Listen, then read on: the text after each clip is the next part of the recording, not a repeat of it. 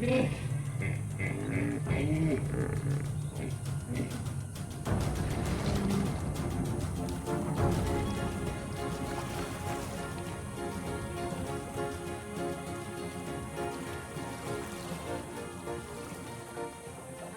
are more hippos in Zambia than anywhere else on the planet, and most of them live here in the Luangwa Valley. These guys are notoriously aggressive animals, especially right now at the end of the dry season. It hasn't rained for months, and their fight for survival is especially fierce.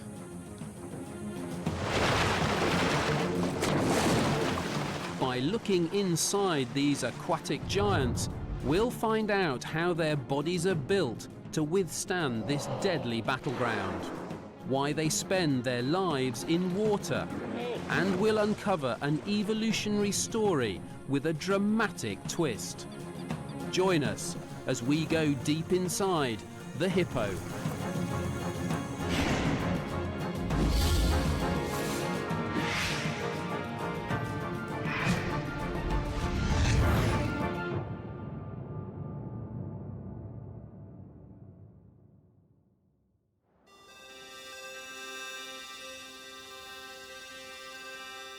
Snaking through the heart of Zambia, the Luangwa River is the lifeblood to one of Africa's most majestic wildlife parks.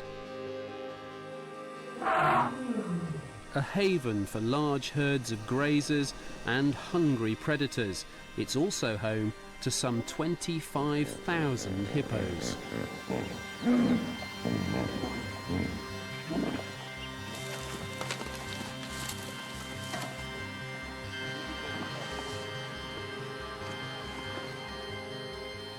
Plenty of hippos die at this time of year, but by the time you get to their bodies, because of the intense heat, they're so decomposed you can't really dissect them, or they've already been eaten by some very hungry animals. So the park authorities here have said that we can do our dissection on one of these animals that's been culled as part of their population management program, and they're just about to bring its body in. The park can only sustain a certain number of hippos. If the population grows too large, they eat so much it makes it harder for other animals to survive. Around 200 are culled every year, and these park rangers face the unenviable task of trying to retrieve the carcasses. It's been shot cleanly in the head, but as soon as it's shot and it's dead, it sinks to the bottom, so they're trying to find it.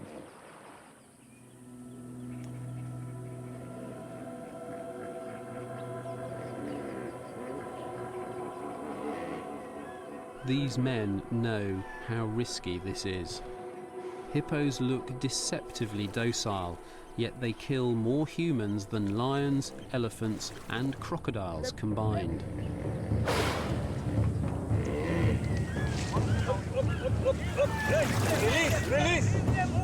Release! They hooked the live one. Apparently what can happen is that a live one can go down and rest on top of the dead one, which is hugely dangerous thing to happen, because they could tip that boat over really easily. So these guys here are just shouting instructions to them to try and help them.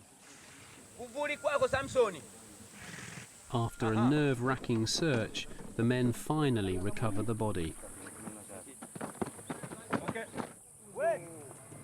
Hippos can weigh over a ton, so pulling it out of the water is a real struggle. The death of any animal is always sad to see, but this carcass will provide valuable meat to the local villages. It'll also enable us to examine the anatomy of this strange beast that captured the imagination of Richard Dawkins from an early age. When I was at school and learned Greek, I was taught that hippopotamus meant river horse. It doesn't really look very like a horse. It's actually, to our eyes, a very weird-looking animal indeed, and it's a genuine giant. Today, hippos are confined to sub-Saharan Africa, but in former times they were distributed all over Asia and Europe. About 125,000 years ago, when Britain was much warmer, they even lived here, and remains have been found under Trafalgar Square. Wherever they've lived now and in the past, the key to their survival has been plenty of water and plenty of mud.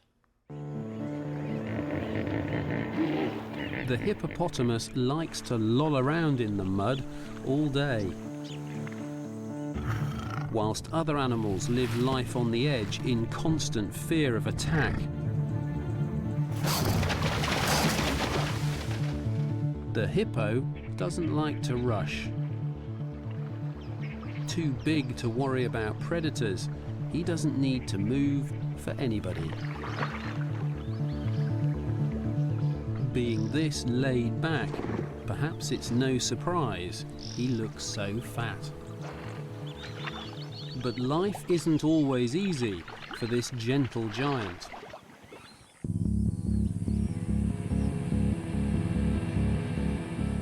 During Zambia's hottest months, the rivers dry up and water becomes scarce.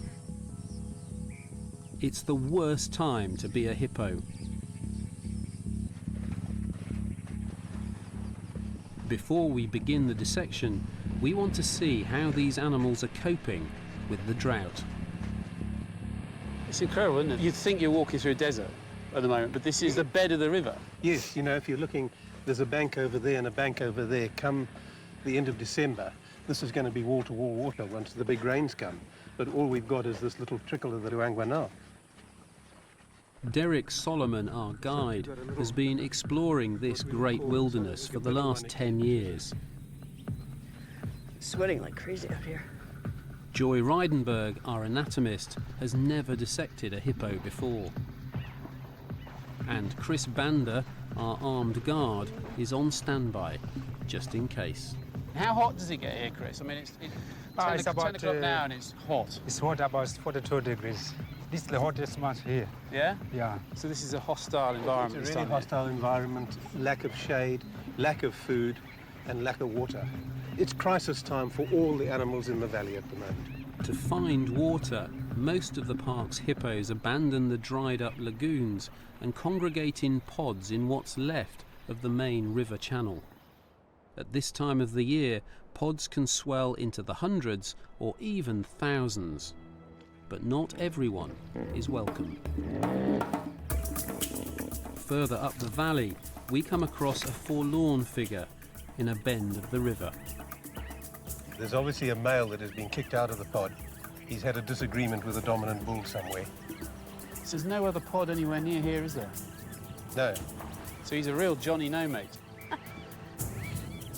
He's actually not in very good condition. The whole backbone now, he's in pretty poor shape. Okay, he's starting to react now. That's a bit of a threat posture now that he's...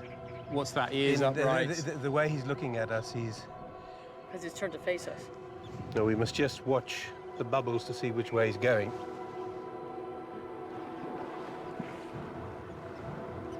He's big though still, isn't he? Even if he's thin. So would he really have the strength to want to charge us, or would he more likely just Yes. move off and not want to If challenge? we got too close to him, no, even condition like that, he would be quite happy to give us a go. These are the sort of hippos you really got to watch out for, wherever you are. If you're canoeing down a river, if you're going down the river on a boat, this is the guy that's going to give you a go and turn your boat over.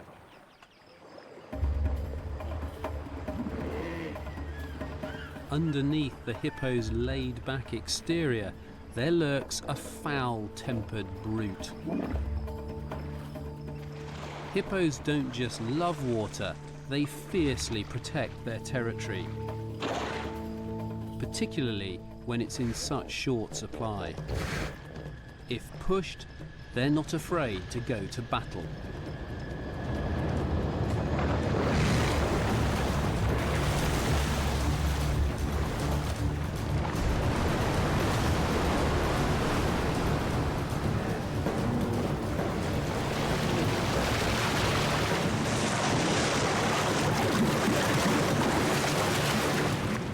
When it comes to fighting, hippos have evolved arguably the most impressive offensive and defensive anatomy in the animal kingdom. And it's the first thing we want to take a look at in the dissection. It's going to be warm today. I'm already It's a sweating. stinker already, isn't it? Already is. You can understand why it's so tough for all the animals here with heat like this. No, absolutely.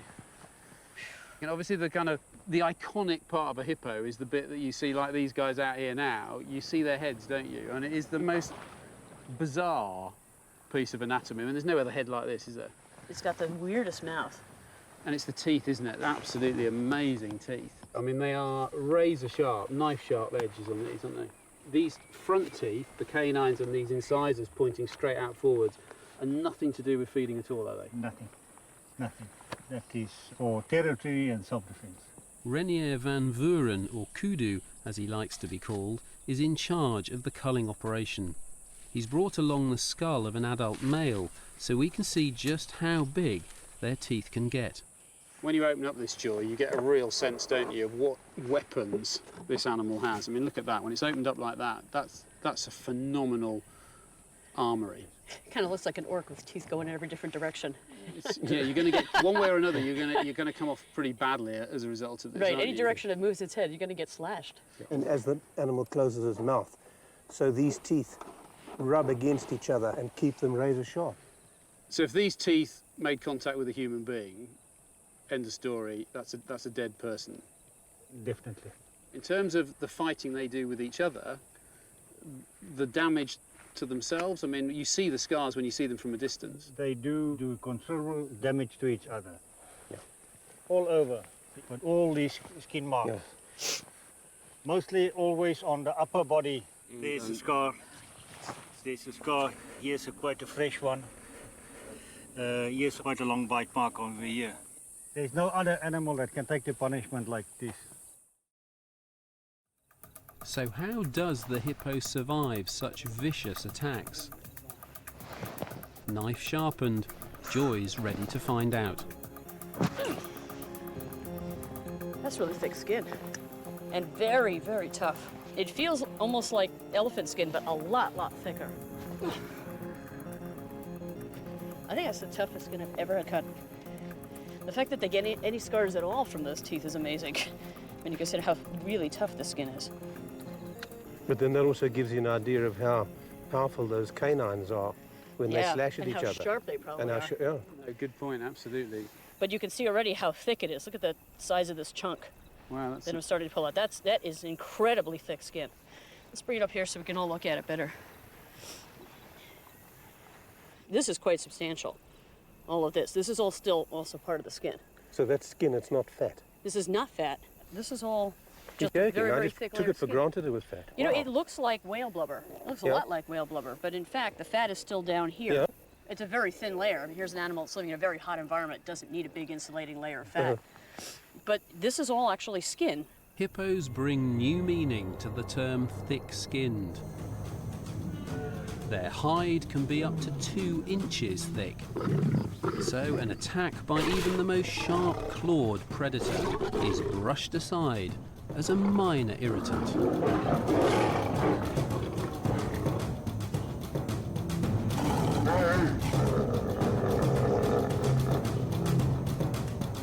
So that's the first secret. I mean, if you want to be tough and withstand being slashed by those great big canines, you need something really thick and tough. But that's not the whole story by any means, is it? Where they get attacked, it looks like literally you've cut them up with a razor, but it heals incredibly fast and it heals completely. Where you or I, if we cut ourselves and went in this water, we'd probably end up with a horrible pussy wound that You just would simply need wouldn't heal. antibiotics and go to a doctor. Hippos have developed a surprising solution to the problem of festering wounds. So right here where it was cut through, not only do we have this channel, but look at the base, there's some Yes. red spots showing up. And here's another one. Here's another gland right here. It's almost Yes. got a pink color to it right there. These special glands, sebaceous glands that the hippo has, secretes a red-coloured fluid. And the secretion is referred to as blood sweat Because of the red because color. of the red colour. Until recently, the hippo's apparent ability to sweat drops of blood perplexed scientists. But we now know that this fluid is neither blood nor sweat. Produced by tiny glands buried within the hippo's thick skin, it starts off colourless and only turns red when it's exposed to the air. This secretion is the hippo's own antiseptic. It not only kills harmful bacteria, but it also speeds up the healing of wounds. You think where the hippo is living most of its time, mucky water, it's pooping all day long in the water, and yet, as Kudu said, you never see a separating wound on a hippo. That is amazing. The other interesting thing about it is that this secretion has sunblock properties as well. Oh, that's great. Especially in this African sun. Especially in this sun. And, you know, think of it, even the hippos in the river here, the top of their backs are still exposed to the sun. The water's not deep enough for them to go completely in. So they will secrete this fluid and protect themselves against the sun. It's hard to believe hippos found a way to make their own sun cream. Interestingly, they also feast on fruits which are known to have medicinal benefits. Simon Watt has gone looking for them, hanging high off the branches of the Kygelia, or sausage tree.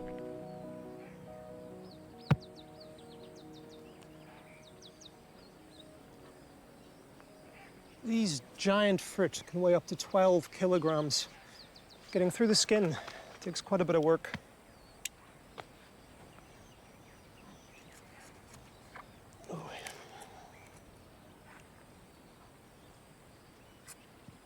Raw, it's poisonous to humans, but hippos can't get enough of this stuff. Humans have found other uses for it, though. This cream is used as an after-sun, and other creams containing the fruit are used to treat skin conditions, bacterial infection and fungal infections like athlete's foot.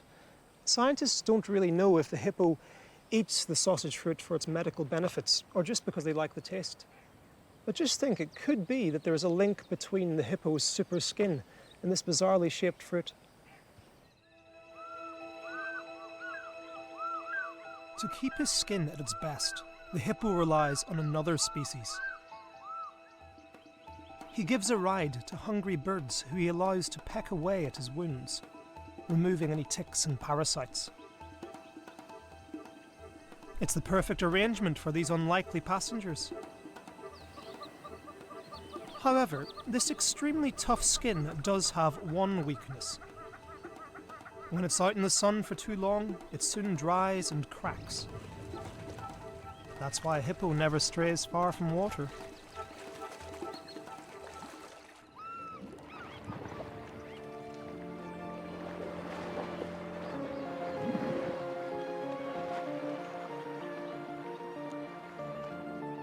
For many animals, a trip to the local watering hole can be a dice with death. For the hippo, though, it's not just a drinking place, it's home.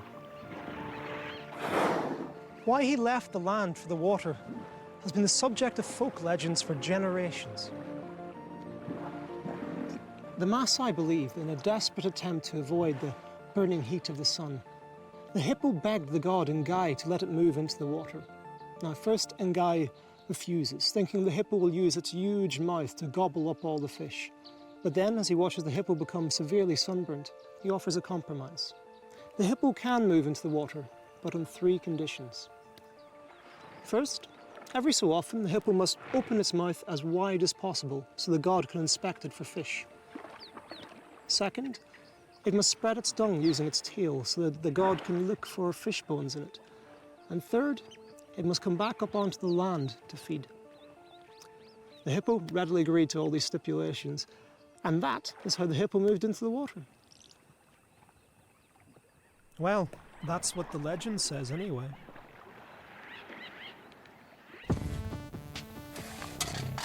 We've seen how their skin ties hippos to the water. Now we're delving deeper inside to find out how their belly ties them to the land. As the culling team open up the hippo, it soon becomes clear that it's not fat which makes these animals appear so rotund. It's surprising to me how big this is. All of this looks like the massive intestines that we saw on the elephant, but in fact, this is all stomach. This,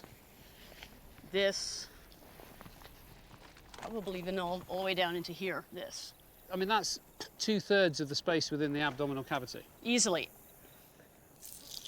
Okay, as we open it up, the first thing that you're seeing is there's lots of partially digested food. Lots of grasses in here. Let's keep going.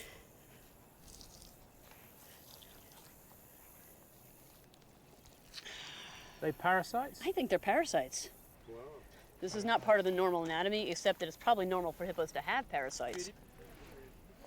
Joy's just excavating out all the stomach contents at the moment, and these guys are bringing in a weigh scale so we can weigh how much is in there, because I think there'll be a pretty huge weight. And what's interesting is that the grass itself that's packed in there is being digested by bacteria, and like all herbivores, it's the bacteria that do the fermentation, and then it's the bacteria that are actually digested and the nutrients absorbed, and the fibre that's left from the grass passes out as a waste product, as poo. That's a hell of a lot of food had gone in there, hasn't it? I still find it incredibly hard to believe that just nibbling away this short cropping grazing fills this thing. I mean, you must have to do it for hours and hours and hours and hours to be able to get enough in there. I think it's going to get too heavy to carry soon.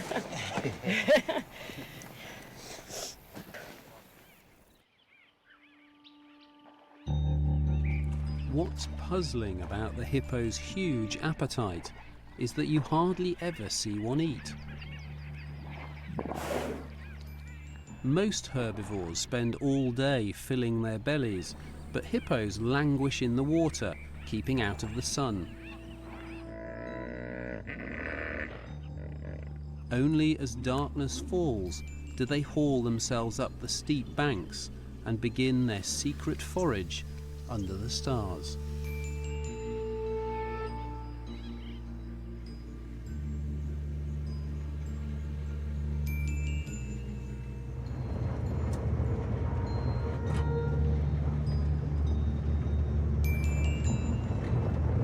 It's about an hour and a half after sunset, and we're out at night because we want to see firsthand just what hippos get up to in the dark. We're in the kind of dried up lagoon here, and we're trying to find one. Nothing yet, and Chris has got the light in the front, so we can try and spot one. There's one ahead there, there's one ahead there, straight ahead. But hang on, okay, he's getting a little bit spooked now. Just slow down, Sebastian, just wait there. You can see the reflection in his eye.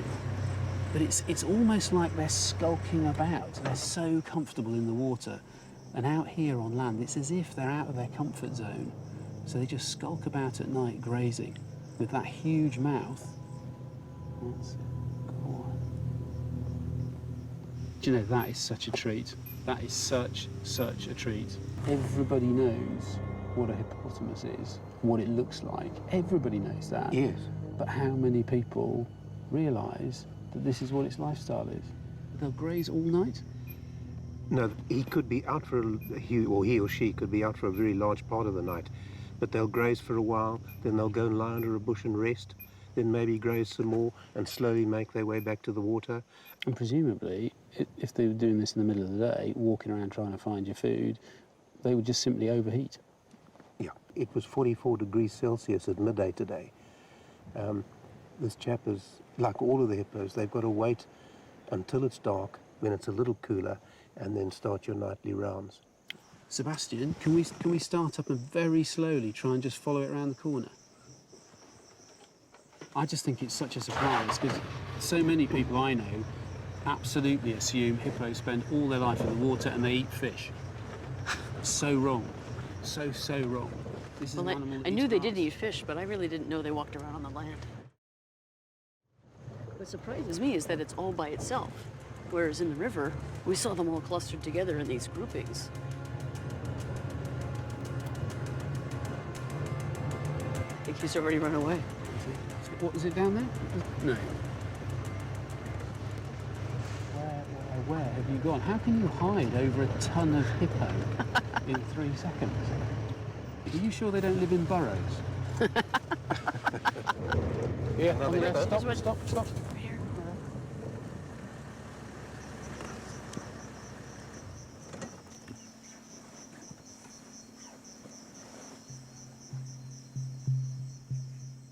It's okay. It's okay. We couldn't find the other one. It had disappeared, and then literally just off the track, coming around the corner is another one here, grazing, reasonably calm.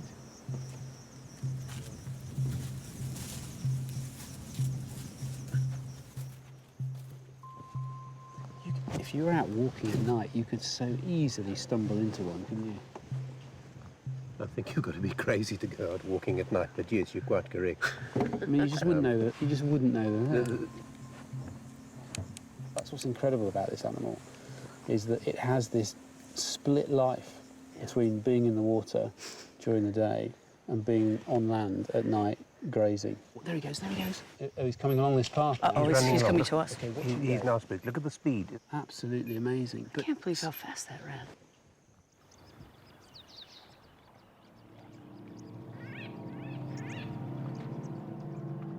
As dawn breaks in the Luangwa Valley, these nighttime munchers quietly trundle back to the river.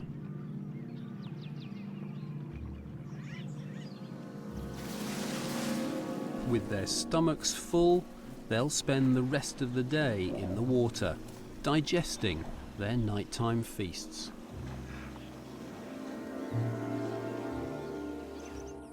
Are we zeroed? Okay, let's whack these on the plate. Heavy, Joy? Oh, yeah. I think that one weighs as much as me by itself.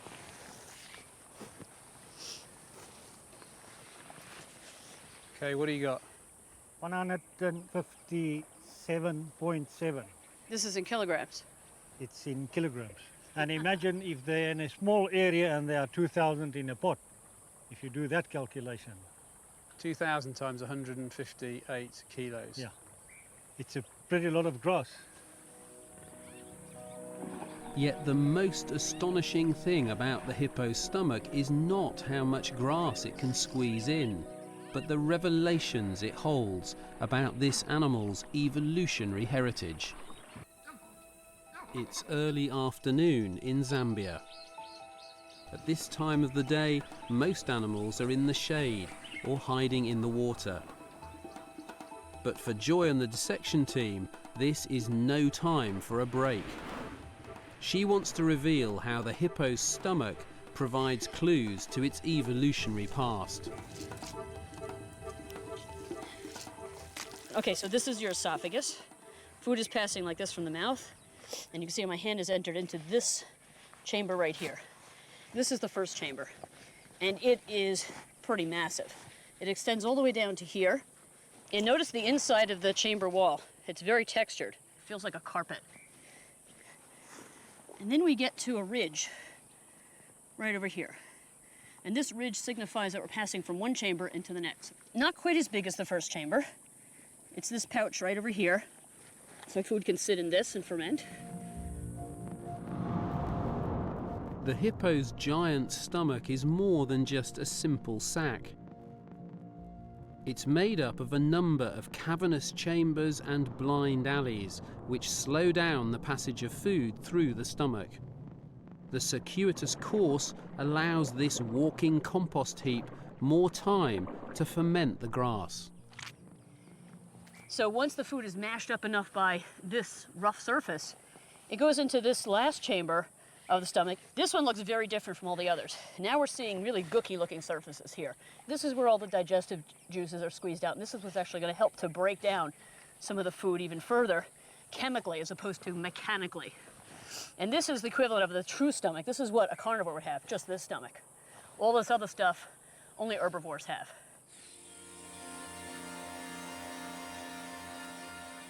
From giraffe and antelope to pigs and sheep, the multi-chambered stomach has evolved in some 220 different herbivorous animals. But working out which one is the closest cousin of the hippo has always been a puzzle for scientists. Hippos are classified in the even-toed ungulates, the artiodactyls, the cloven-hoofed animals. When I was an undergraduate, we were taught that they were closely related to pigs. What's rather surprising is that in very recent times, molecular evidence looking at DNA has shown that the closest living relatives of hippos are not pigs, not any kind of cloven-hoofed animals at all, but whales. These ocean giants might not look anything like hippos, but it's not just DNA that links them. 2 years ago, we dissected a fin whale that died off the coast of Ireland.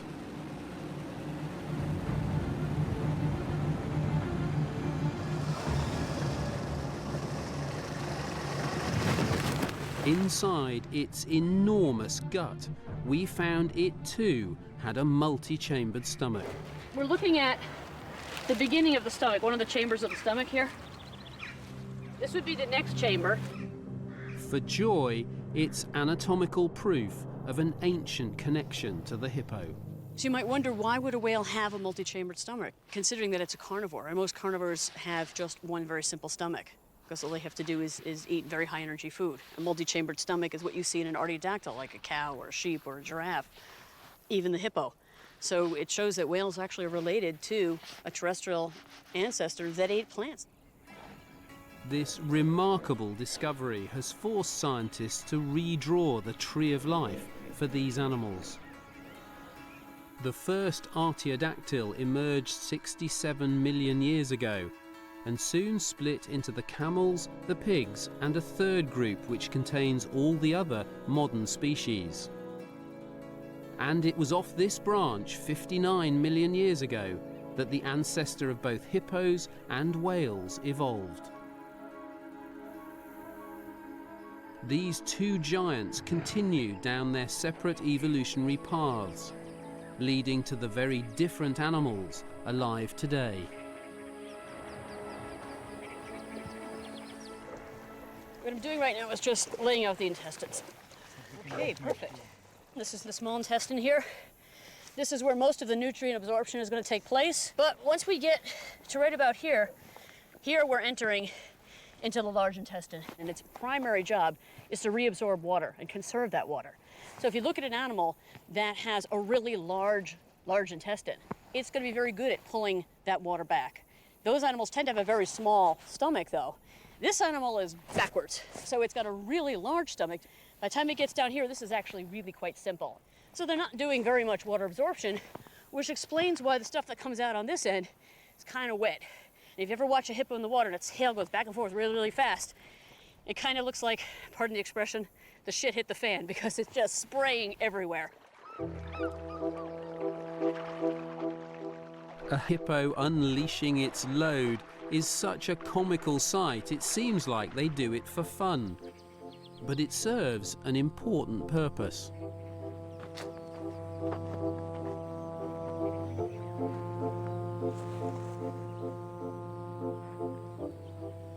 According to the legend, the hippo spreads its poo so the Maasai god can check it for fish bones. I think this batch looks pretty fish-free. For scientists, though, this ritualistic muck-spreading behavior is still something of a mystery. In the water, these dung shires are used by adults to mark territories as a sign of dominance. So it was first thought that on land, dung was similarly being used to keep rivals out of their feeding grounds.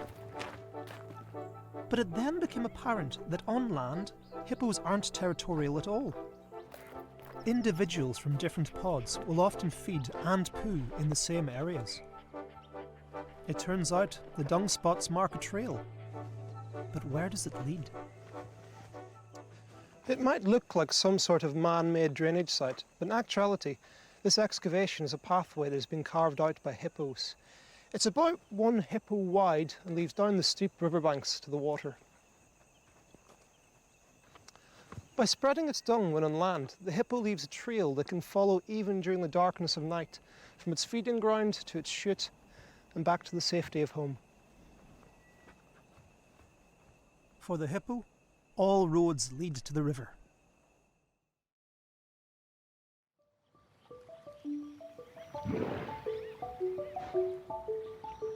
These lumbering giants spend so much time in the water, we rarely glimpse more than the tips of their heads.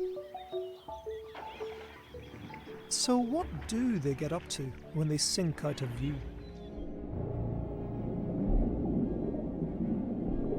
It was was only when brave filmmakers ventured into the clear waters of the Mazima Spring in Kenya that the hippo's secret underwater world was finally revealed.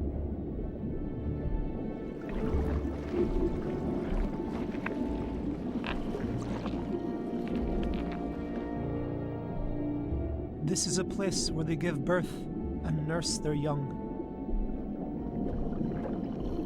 where an army of fish clean the crevices in their skin and dare to pick off food stuck between their gums.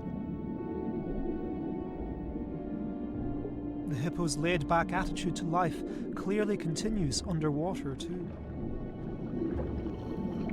Even though hippos are completely at home in the water, bizarrely, they can't actually swim. Instead, they tiptoe along the bottom. When they need to, they can even switch to a slow-motion gallop.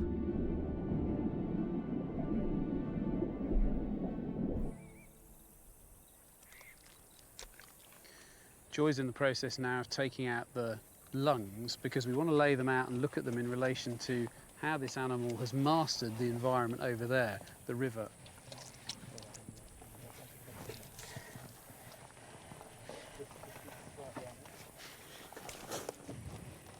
You ready for a bit of a slooshing? Yep. Woo! That was nice. I feel better already. Okay. So, what you're looking at are the two lungs. And if you peel them apart, right in the center is the heart. This is the heart right here. And if we just pull the heart back for a minute, take a look at just the lungs. What is surprising is that it's not divided. If you were to look at human lungs, you would see divisions in this lung. It would cut it into two pieces on the left side, and on the right side, those divisions would cut the lung into three pieces, and we call those lobes. Interestingly, whales also have the same kind of lung construction, where it's just one lung, not lots of lobes, and it helps them to evacuate the air more quickly. In the hippo's quest for an aquatic life, its large lungs prove to be both a blessing and a curse. When it needs to catch its breath, they quickly fill with several litres of air, allowing it to stay hidden underwater for over 5 minutes at a time. However, such large air-filled sacs would normally make an animal buoyant and cause it to float. Somehow the hippo is able to counteract this problem and keep itself rooted to the riverbed.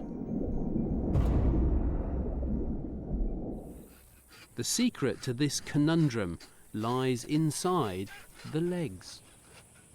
Cooley, that looks like a pretty tough bone. Yeah, it's a tough bone. It's a complete solid bone with no bone marrow inside. So no cavity inside at all? No cavity, no Oh nothing. my word, look at that. Look at that, that's amazing. That is amazing. Thank you, James. That is... Wow, it's completely solid.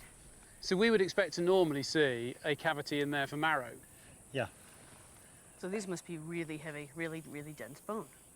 And is that the same in all their limb bones? All 4 bones. Absolutely solid. Have you ever seen the cut-through bone like that before? First time I've seen it, I'm blown away by this. In most land animals, the limb bones have a hollow cavity filled with bone marrow.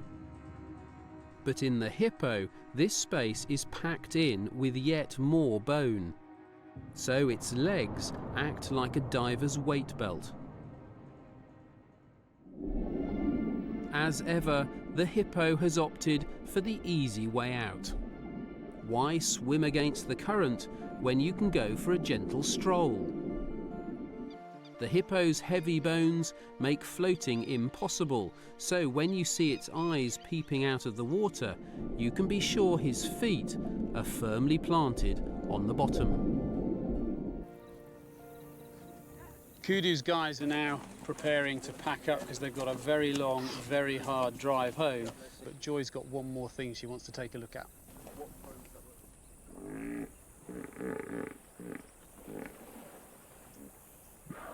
That's an incredible sound. Absolutely.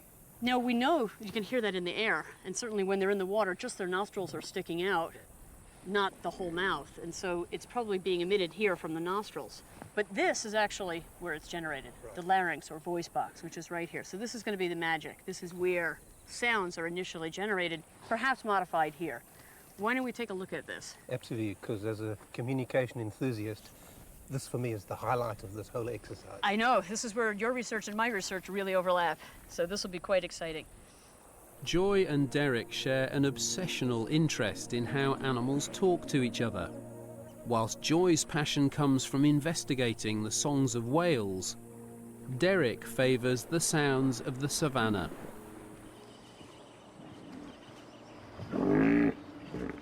And here, the hippos rule the airwaves. The real surprise is that 80% of what they're saying actually takes place underwater. Right, Joy, let's see if we can do some high-tech work here and attempt to pick up a few underwater sounds. I suggest that what we do is sit here on the riverbank and basically put the hydrophone onto this piece of stick and put it out over the water while Christopher sits over there with his rifle handy in case the resident crocodile decides to visit us. Is it the crocodile we have to worry about, or the hippos? No, I'm more worried about the crocodile, to be quite honest. When we're sitting this close to the water, there's nothing to stop a crocodile leaping out 6 feet out of the water and having a go at us. So we got to keep our wits about us.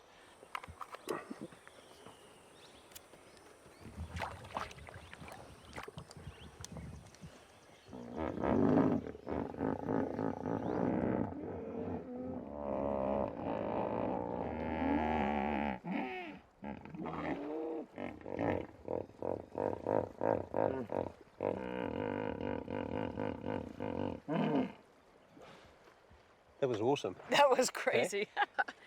There was a couple of different sounds there. Yes. There was that sound that almost sounds like it's laughing, almost like a donkey braying. Yes. And then there was that snorty blow through the nostril sound. Unfortunately, I think that one came from the other end of the hippo. Well, we heard it. It looked like this was definitely registering sounds underwater as well. The recorder was definitely registering something. So there had to be that simultaneous above and below the water honk from the hippos that is coming through the hydrophone onto the recorder itself.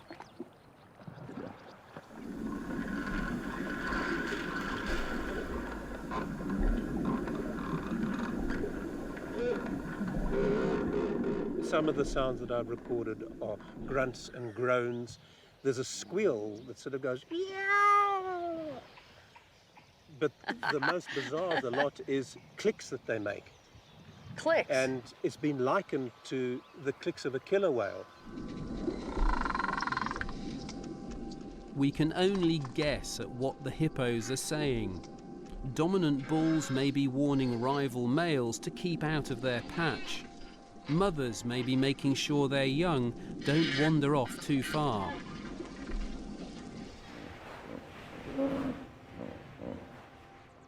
What interests Joy about the hippo's chatter is how a voice box that originally evolved to make sounds in air has adapted to work underwater. Joy, compared to other large mammals, is that a particularly large larynx? It is. It's actually huge compared to other mammals. And I suspect that a large larynx relates to lower frequency sounds. So the bigger it is, the lower you can go.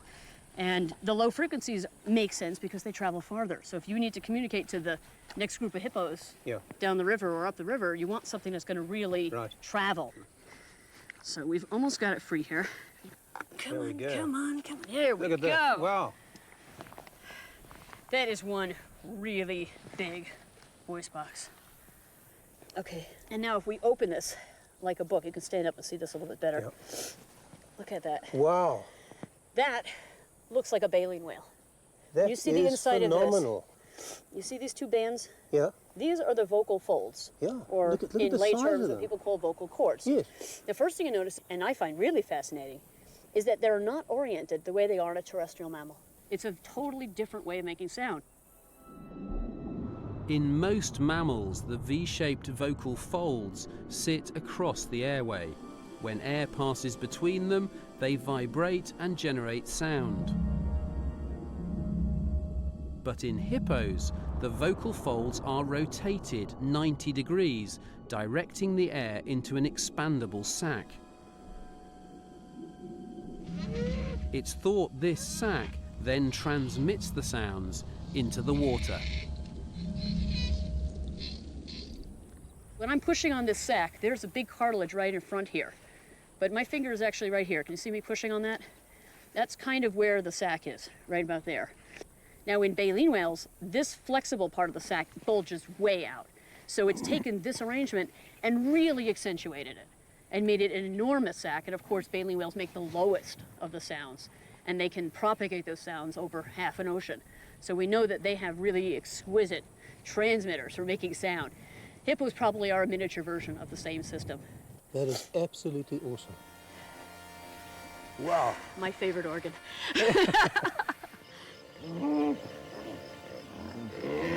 The hippo has settled into a gentle rhythm of life. As the sun sets, they leave their muddy waters for their nighttime feast, steadily munching away. Here they come crossing the road. Look at that, look at that. They lead a reclusive underwater life that's often been misunderstood. But they've survived this harsh African climate for 20 million years. Their slow, slothful existence is a triumphant solution to being one of nature's giants.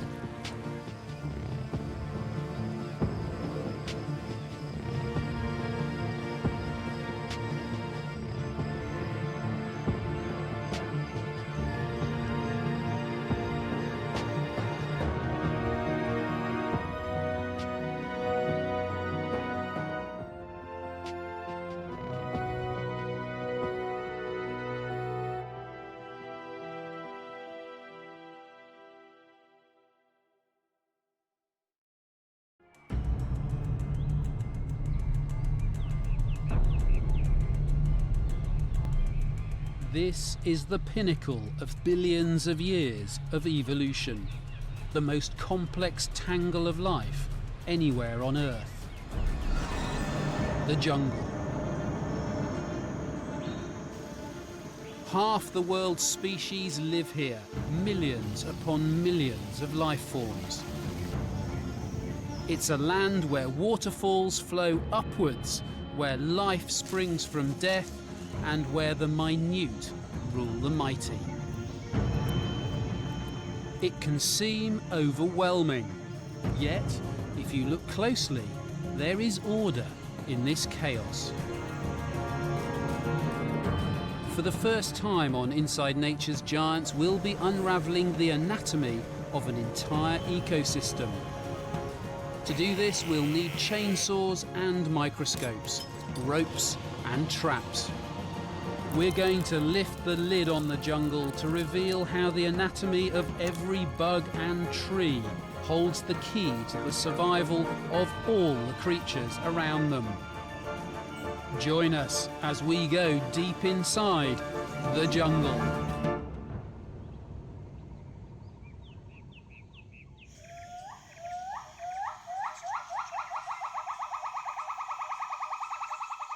A forest is a dark and mysterious place. It's teeming with life, but most of it is unknown and unseen. There are 1 billion insects on Earth. That's 160 million for each person. The trees themselves are the largest creatures that have ever existed on this planet. In order to explore this variety, we have to go among these forest giants.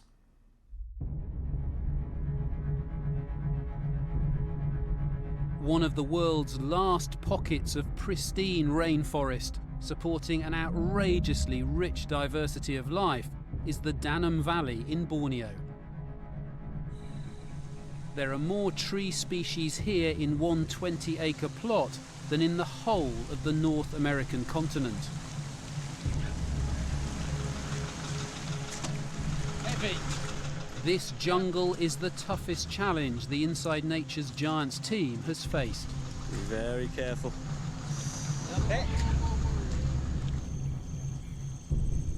To explore the world's tallest tropical trees and search for the biggest bugs, we brought expert tree climbers.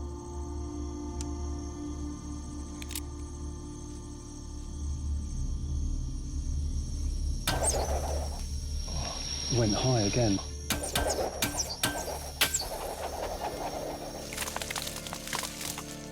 I don't believe it. I think it's over. James and Waldo are canopy explorers. They're going to take me above the dense jungle into the sunlight. Only up there can you get a true appreciation of the scale of this place. Okay, so that goes like that. That's that side of that? Yep. Okay, does that need doing up? Yep, screw that one up. So you've got about a 5 to 10% stretch in these ropes, but over such this is the bit where you need to make sure your testicles aren't trapped in your harness, because when you're 80 foot up a tree, there isn't a lot you can do about it. For a vet like me, this is a totally new world. Hours from any hospital, it's best not to think about tree snakes or a 30-metre fall. I'm way above the lower canopy and I can see something moving down there in the tree. It must be about 40 or 50 feet below me, but I can't see what it is. But it's making quite a disturbance. There it goes again. That is brilliant. I can see now an orangutan with a baby, a mum with a baby, foraging.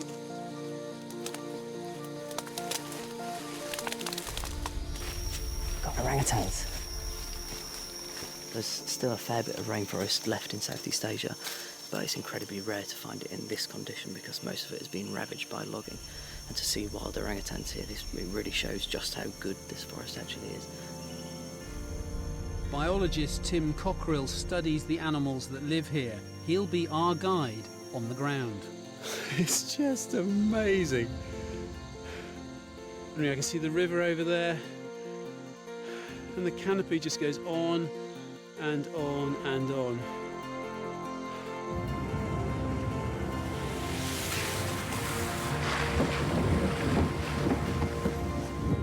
Anatomy professor Joy Reidenberg and biologist Simon Watt have been travelling for days to join us here. Look at the size of that tree. Wow. Yeah, that's something else. That is big. Yeah, that's a different scale. Whoa.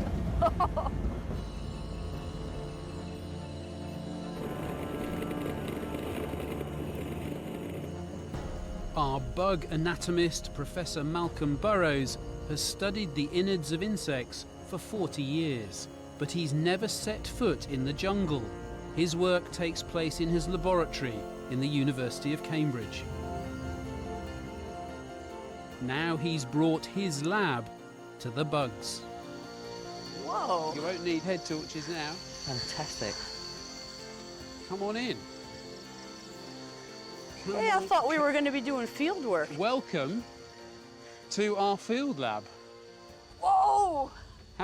How That's cool. we can project the images of what's underneath there to that kind of scale so that we can look at the live animals as well as do dissection and then release them back into the wild.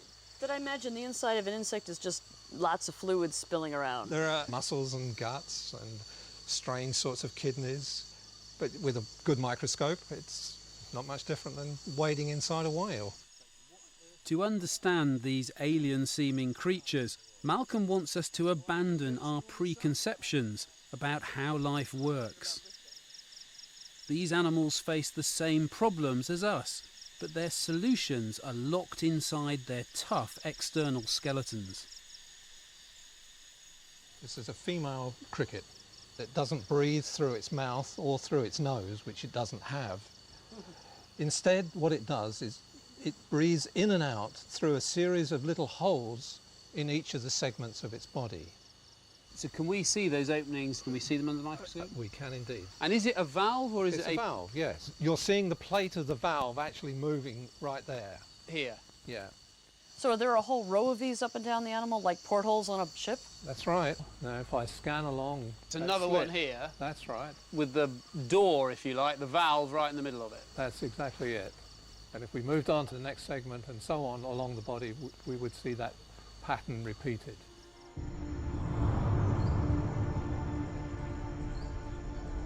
So the inside of the cricket opens directly into the outside world through these holes in its side. I want to see inside. I want to see some of these tubes. To that, we've got to open the animal up and we can show them. But we need to do that on a dead one. We need to do that on a dead animal, yeah. It was time for our first look inside an insect. So to do this dissection on this cricket, we first of all have to make a blade. Scalpel blades are far too big to be any good, so we make the blades out of this very thin razor blades. We're going to open the thorax. Malcolm gently teases open the exoskeleton of the cricket, a small slip, and he'll destroy the delicate tissue inside. Have you ever used a knife that small? Because you like big knives. I like big knives. I have used small knives, but I've never used one that small. Now, as I peel back the skin, as it were, the hard cuticle, we start to see some silvery tubes. And these are the tubes that supply oxygen to the body. This is one of the pipes. I think the whole thing from here to here is a pipe. See the shadow of my hands? That's right. That's a pipe, right? Yes. That's the kind of junction between the inside of the insect and the outside world. The holes in the cricket's sides lead into a branching network of tunnels which deliver air directly to the cells that need oxygen and removes their carbon dioxide. It's kind of short-circuiting our lungs and our blood cells that carry oxygen. It's going straight to where it's needed, which actually, when you think about it, is the simple solution. So different from anything else that I'm used to. I'm used to looking at vertebrates. This is completely different. It's breathing from weird parts of its body compared to what a vertebrate would do. The blood is not in tubes. The air is in the tubes. It's sort of backwards. It's not backwards. It's just a different way of doing things. Right. Exactly. I'm so biased in my view. I'm so used to looking at vertebrates. Not everything has to be designed like a vertebrate. No, I The most successful animals in the whole world are insects. Count up the number of species of mammals that there are in the world, and it doesn't even match one family of plant-sucking bugs in terms of the number of species. Wow. This is how successful insects have been. And the most successful of all insects are beetles. They've conquered the soil, the trees, and the air. We want to see how their muscles work with their skeleton on the outside. We've got 2 rhinoceros beetles. They're some of the biggest beetles in the world. We've got a male and a female. Now, the male is still alive. We caught this flapping around the light. And then we've got a female. Now, the female's actually dead. We found her earlier on. Malcolm's letting Joy have a go in the driving seat. Your knife mustn't go too deep, otherwise it will destroy all the tissues underneath, the muscles and the nerves and so forth. Okay. Joy, what's it feel like doing this? It feels a little clunky for me. In what way? I'm never sure whether to use my fingers or to use my tools. What do you do when you're eating? Both.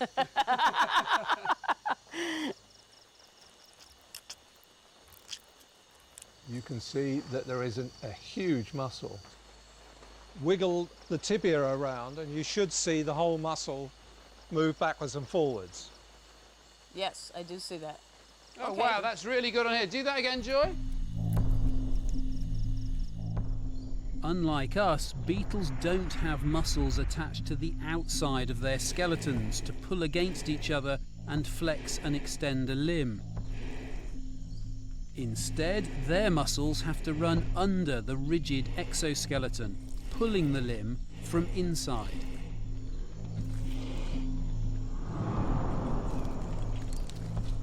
These internal muscles allow the beetles to lift 850 times their own weight.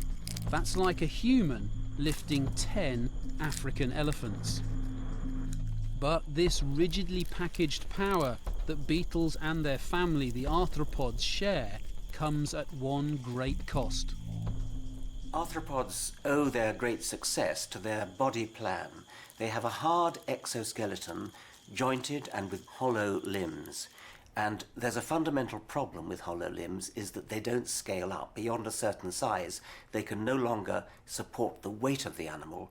So arthropods can't, as individuals, get anything like as big as vertebrates can. But bigger than any animal are the giants of the jungle.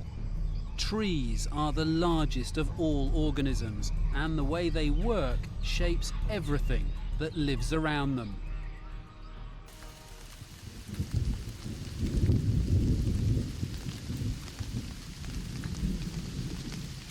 You can hear that pitter-patter on top of my poncho. That's the first rain of the night. With any luck it will pass. It's no surprise that it rains in the rainforest. It's almost always wet here. Humidity is often 100% and life can be very unpleasant, even if you're an orangutan.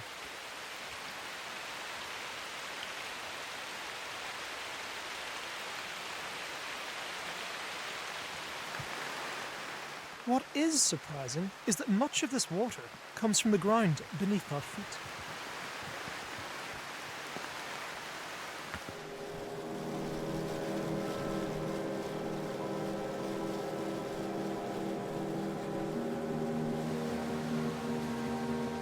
To explain this process, Waldo's taking us upriver to a recently fallen tree.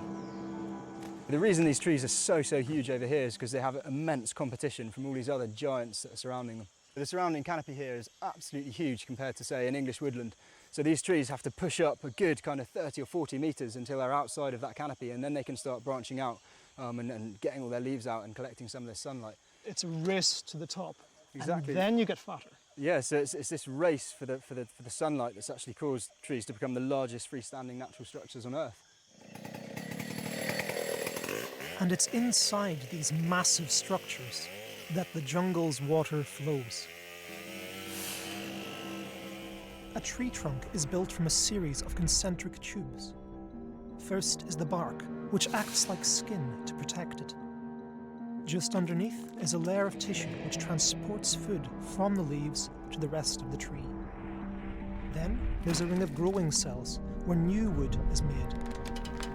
But the oldest part of the tree lies deep inside, in two thick layers called the sapwood and the heartwood.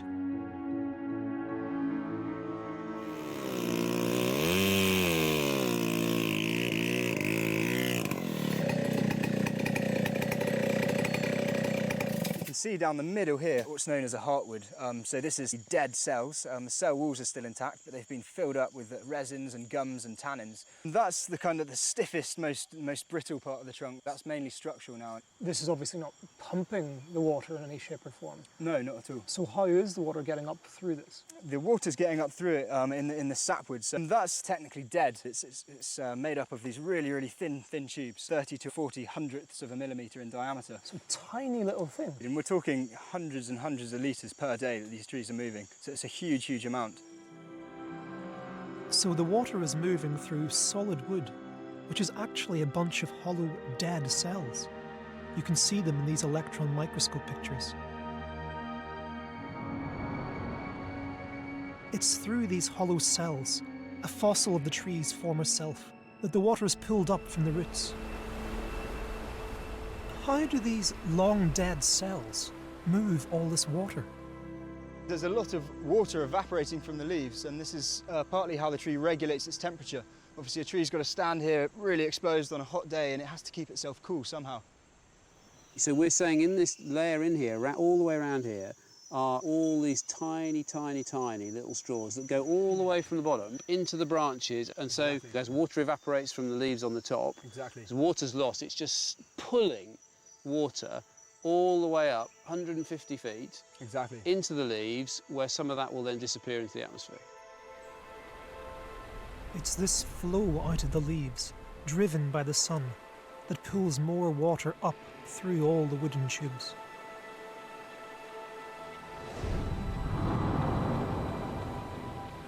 Across the whole forest, this is like a series of upside-down waterfalls. Millions of litres of water fly up from the soil, through the dead cells of the wood, and out into the air.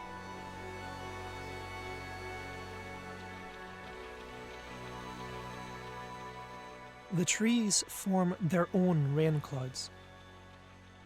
And it's these clouds that then fall as rain to begin their journey again. This water cycle gives the jungle its stable, damp conditions, so ideal for life.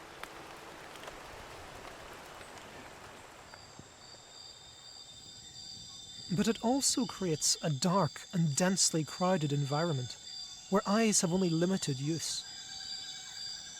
So, the bugs fill the jungle air with messages.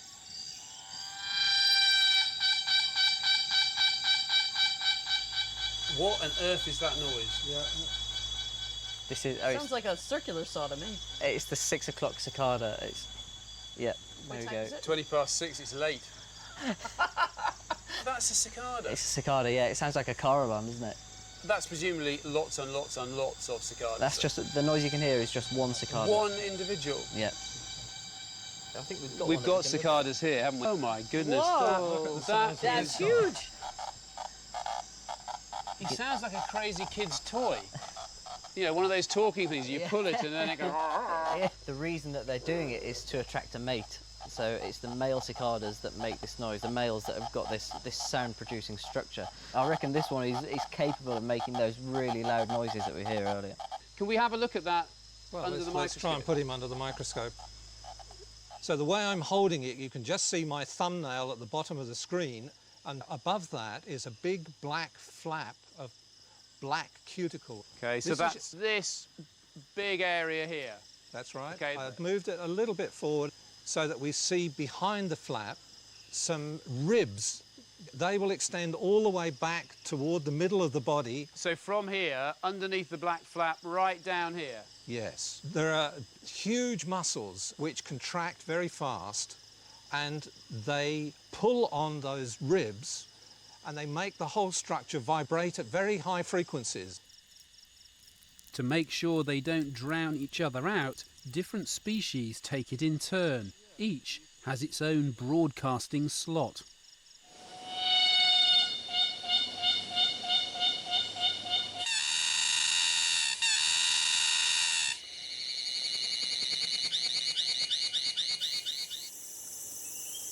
The perpetual noise of the jungle is actually the conversations of millions of bugs in search of mates. I mean, that is, without doubt, the biggest flying insect I've ever seen. I think it's the biggest insect, flying or not flying, that I've ever seen. I've got to interrupt here because we've got a surprise. Oh, wow! That is beautiful. This is the biggest moth in the world, the Atlas moth. I mean, look at the scale of this thing. I'll try to pick it up. See if we can get a close-up. I'm intrigued by the antennae on these guys, which are huge. They almost look like big ears, don't they? Look like ferns almost. And this is one of the things about the antennae, is that this tells you that this is a male moth. So the way this moth makes a living as an adult is that the female will emerge from its cocoon and it will sit there on a branch and produce a pheromone, which is a special kind of scent chemical which attracts the males, and it can travel for hundreds of meters across the forest, while these feathery antennae pick up those chemical signals and then follow them to home in on the female. It's the closest thing invented by any animal to a molecular sieve. By the time the perfume reaches him, there'll only be a very few molecules left in the air, and he has to do his best to just pick up those very few molecules if he's ever to find where that female is and mate with her. The jungle air is thick with female moth perfume, and like sharks tasting blood in the water, the males use their antennae to hunt them down. They've been known to home in on a female from over 10 kilometers away. Okay, should we release them? I think we should let them go back into the wild, yeah. Absolutely. So delicate. Right. And it's so gentle.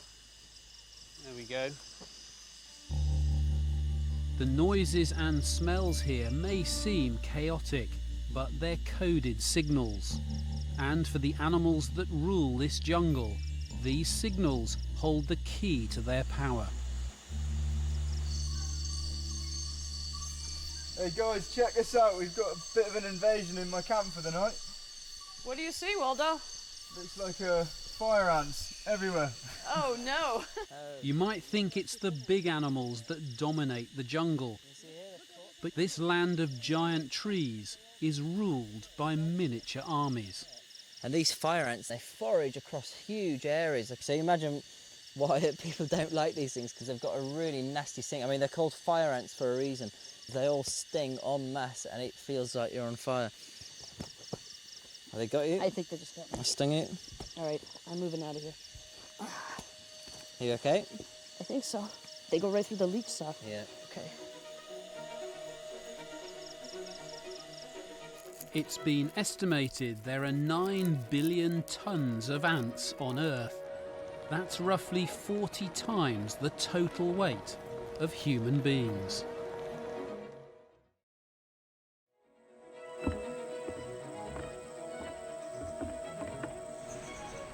Ants are everywhere we go, and not only do they rule the forest floor, they also forage in the canopy above. My aim, ultimately, is right up there, 150 feet off the ground. Brilliant.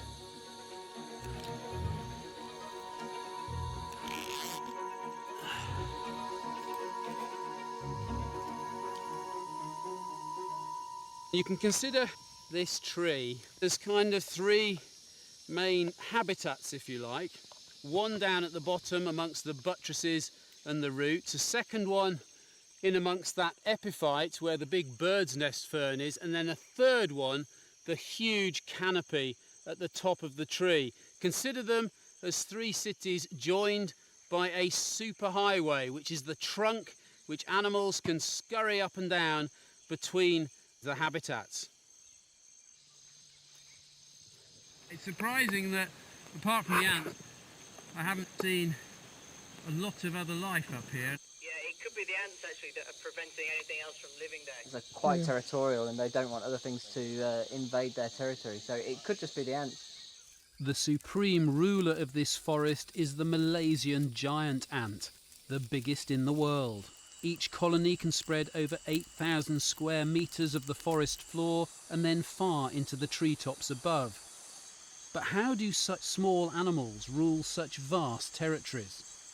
Malcolm? Fantastic All beast, yours, isn't it? sir. Okay, well, first thing we need to do is get him strapped down on the plasticine so that he can't run away. It's just a clay seatbelt. Exactly, yeah. Yeah, exactly that, yeah, harness. They cope with this okay? They cope with this okay, yeah. Because they're so hard on the outside, they've got this tough outside skeleton. Well, this is fine for them. It's not going to hurt them in any way. Oh, no. Is he bitten you? Only on my thumb, so, okay. You can see the thing that gives you a nasty nip is big jaws. Oh, that's perfect. And they fit into each other, like teeth in the upper and lower jaw. These jaws are specialised to do loads of different things, but particularly they chop up other insects, you know, so they are predators and scavengers. So they can cut through an insect clean with those jaws. You wouldn't want to get bitten by one of these things. And you've seen, this is just brilliant. Look at this universal joint, the ball and socket. It's just brilliant engineering. They're just moving all over the place. That's the antennae. Those are the nose of the insect with sensors that pick up smell, the presence of carbon dioxide, presence of water vapour, and even the presence of heat. It's more a case of waving these antennae about and trying to pick up those things that we might sniff in with our nose. That's right. It's the antennae that make the ant. They decode the invisible trails of smells left by their comrades, telling them where to go, what to do, and who to fight. These smells hold ant society together. But this invertebrate mafia also runs protection rackets. The trees bribe the ants with food. In return, the ants attack animals that threaten the trees, and even cut down other trees. For some ants and trees, the protection has been taken to an extreme, as Danum's resident botanist Mike Bernardus takes me back into the woods to see. Okay, what have we got here? What was it called again? Makaranga. Macaranga. Yeah. And there's the hole in here? Yeah. The idea of the hole is that it actually makes a house for ants to live in, and by making the houses for the ants, it attracts the ants, they live there and they protect the tree. Things will avoid breaking the branches because they'll get attacked by the ants. So kind of built-in security guards? Exactly, yeah. Oh, you see? Oh, whoa. Look at that. Look, the egg, yeah? And it's not the ants that excavate this tube. The tree actually produces this tube of its own accord. That's a remarkable relationship between an insect and a tree. The empires of the ants are built on cooperation with each other and sometimes even with trees.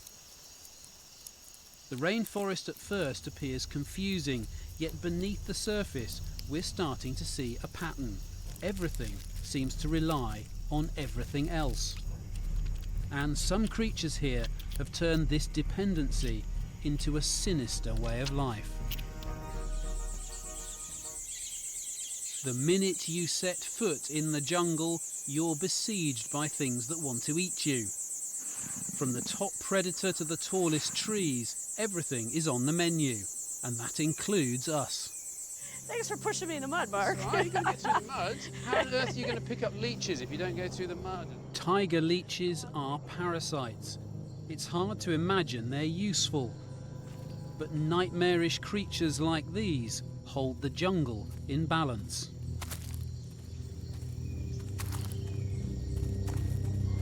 Oh, there we go, there we are. There he is. Oh, hang on, get that. Oh, look, the last one left you a plaster. That was really nice of it. That's really sweet, isn't it? They come along, they suck your blood, stick a plaster on, move on. Normally, we'd remove the leeches as fast as possible. But then we thought we'd try an experiment on Simon. I'm not known for my compassion towards humans, but I am feeling slightly guilty that we're making poor old Simon be eaten by a leech. How you feeling, dude? This feels a bit disgusting. Leeches need to feed, but they've got to go undetected. Often, we'd only notice them when they'd finished drinking our blood. Oh, okay, so you can see here now, 1, 2, 3. Yes. Yeah? Triangle. A triangle. So that means it's a triangular mouth. Yeah. Actually, there's a big question, Simon. We were talking about, did it hurt? Couldn't even tell it was there. But how can the leech bite into you without you noticing? This is quite interesting. We can see Simon's blood being disgorged from the front end. Yeah, there it comes. Oh, look at Can that. you It's see? hemorrhaging Simon's blood out of its mouth. It's vomiting it. How grotesque is that? When they're feeding on you, they inject an anaesthetic and also an anticoagulant that stops the blood from clotting. And that's one of the ways that they can survive on one blood meal for such a long time, because they've got this blood inside them. They don't want it to clot like it would normally, so they can just keep feeding on that. They can store it and use it for such a long time. To get to your blood, they have unusual gnashers. Sure, I can see 3 things here. Really? Let me centre them on your screen. There, coming into view What, now. this up here? There, we're coming into view. Oh, another one, there. Where's the third one? Is it? Oh, it's here. Is it here? This ridge running around here. It's kind of scary when you think about it. Here's an animal that has no bones in its body, yet it's got teeth that are hard enough to slice through the skin of a deer. Even the biggest beasts aren't safe. Using these 3 razors, this worm can cut through the tough hide of forest elephants. When they're full, they drop off to turn elephant blood into baby leeches. For smaller victims, a leech attack can be fatal.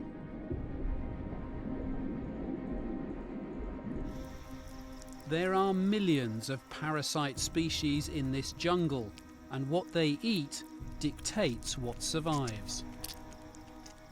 But there are creatures in this forest much nastier than leeches, as Tim discovers when he answers a call of nature. Can someone bring a really big pot really quickly, please? What you found? Have a look at this. Oh, we've got a giant centipede. Is this one of the real horrible ones? Yeah, they can give a really nasty bite. I've heard stories of people being bitten on the arm by these things and trying to chop their arm off because the pain is so bad. Really? So we need to be really careful, yeah. It's in. You can see how fast they can move. There we go, thanks. Have a look. Wow. So that is a venomous centipede. Venomous centipede. And in fact, when people sleep on the floor, these are the kind of things that will crawl into your bed. Ah! You're kidding. I know a few people that have been bitten by these in bed. Oh, that's nasty. Okay, let's get that into our little lab. Predators and parasites share a vital role in the ecology of the rainforest. Together, they stop any plant or animal from growing too numerous. Even ants have parasites. Like gruesome accountants, they keep the jungle in check. But the biggest and most sinister parasite in this forest is not an animal. It's a tree. Now, I'm not climbing a vine or part of this enormous tree. I'm actually climbing the roots of a very different tree. It starts off as tiny little seeds in a small fruit like this one. These fruit are eaten by birds or monkeys and carried far from their parent tree. The seeds are hardy and sticky, and when they pass through the guts of the animals, they cling in the droppings to the bark of the host tree. From here, they will send shoots up to the canopy, searching for light, and roots like these ones down to the forest floor. But these roots will choke the tree, because although it starts up there on the shoulders of a giant, this is an enormous parasite. It's called the strangler fig. The strangler fig seedling sends down a root, far down to the ground beneath. Once it reaches the soil, the host's fate is sealed. Root after root spreads across the tree, and shoots push upwards, bearing the fig's leaves into the sunlight.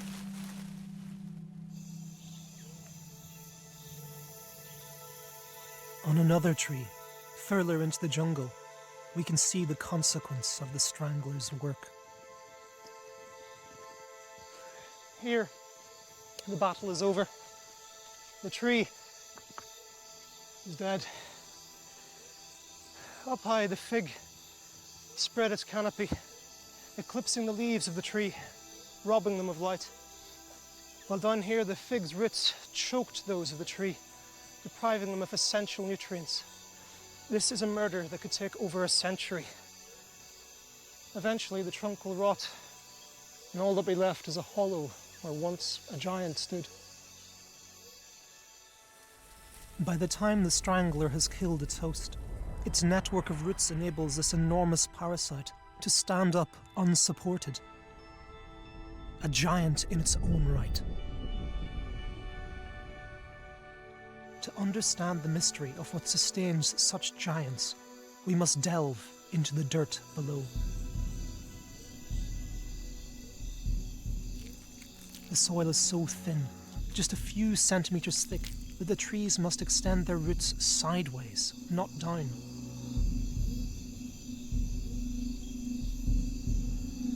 But how does so little soil support such abundant life? To find out, Joy is setting some traps with Tim.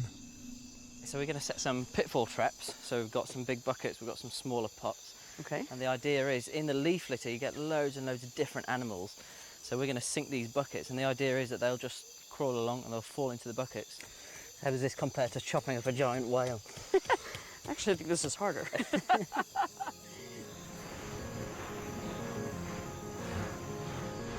It isn't long before something stumbles through the leaves and into our trap.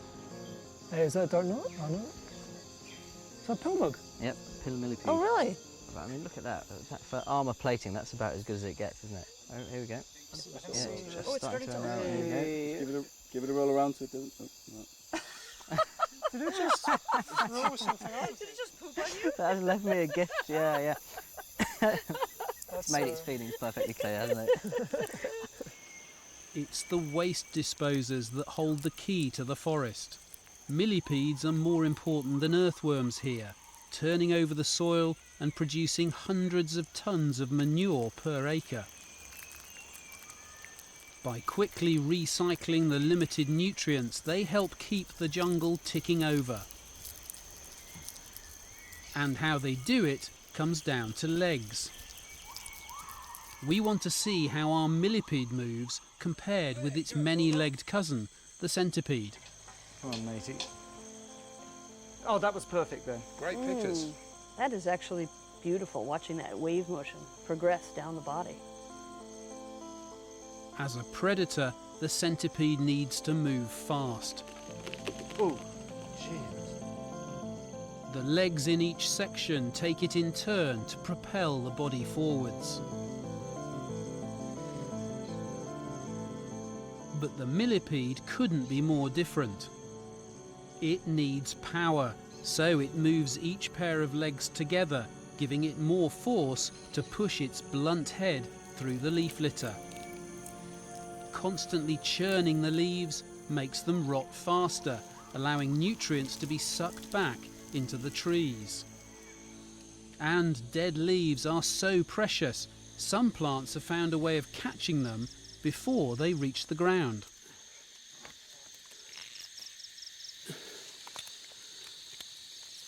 To see these, I've got to climb right to the top of the tree. Hello, Tim. Mark here. Looking down on the most magnificent epiphyte. That's fantastic. Is it as big as we thought it was? It's absolutely massive. The fronds of the fern are like gutters that can channel the water down into the heart of the fern. Yeah, and they'll collect all of the falling leaves and debris. The litter debris that's in there is essentially what you'd see right down on the ground. But you can see down here, once you get rid of the leaves, bugs crawling around and then disappearing deeper into the soil. I can feel, look at that. That is rotting compost of leaves that have fallen down from the tree and the ivy above, but that this plant is using as its food.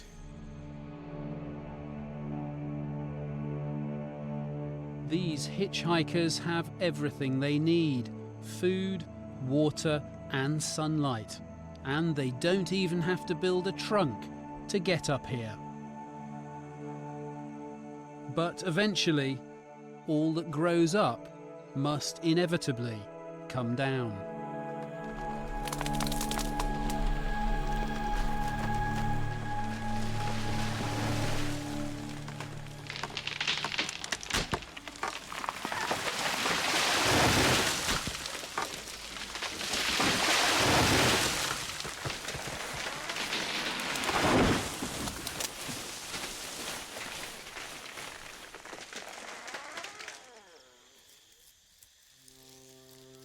When any giant tree falls, the energy locked inside the wood is finally released to the forest floor and back into the food chain.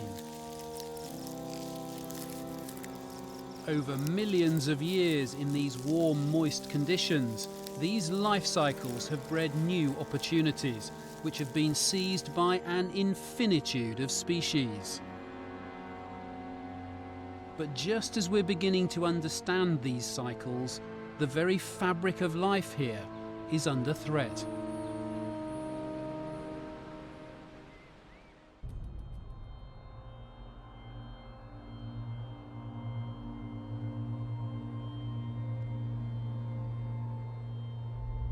The island of Borneo used to be completely covered in rainforest. In just the last 50 years, half has gone. In its place stand millions of acres of palm oil plantations. We're hooked on the juice from this plant. It's probably in you or on you right now. It's in bread, gum, soap, even lipstick. To make way for this oil, thousands of species will have been lost, before they've even been discovered. This gives Tim's work trying to estimate the variety of life in this rainforest great urgency.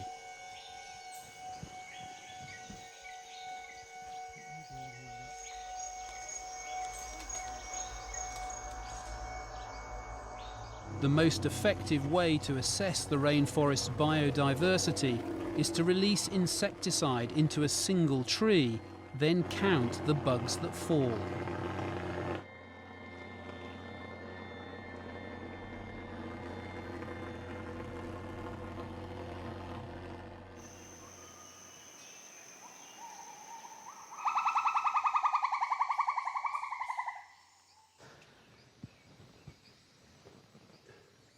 What have we got?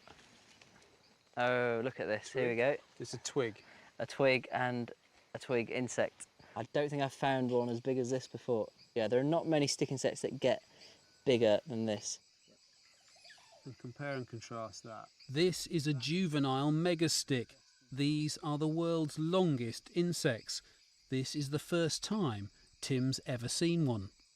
Oh my God, what is that? This is a kite spider. Like many of the animals here, they're very rare, and this forest is the only place they live.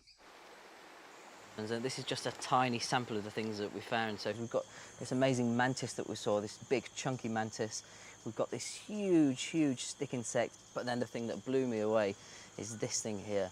This is a leaf insect. That's an insect. I mean, that is utterly, utterly convincing. Even the burn marks. Definitely, it just looks like a leaf that's been kind of nibbled around the edges a bit. It's just got stuffed into one of the pots as a leaf.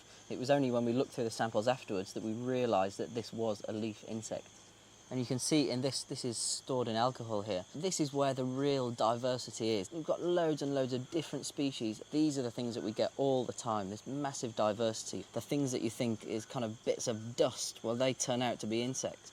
And in fact, some of the new species that we've found have actually been these tiny, tiny things that people just haven't bothered to look at before. So, I mean, in there, rough estimate, how many species do you think would be in that Petri dish now? Well, just as an example, one family that I collected with canopy fogging in Borneo last year, we had a look through it and it was about 80% new species. 80%? 80%, yeah.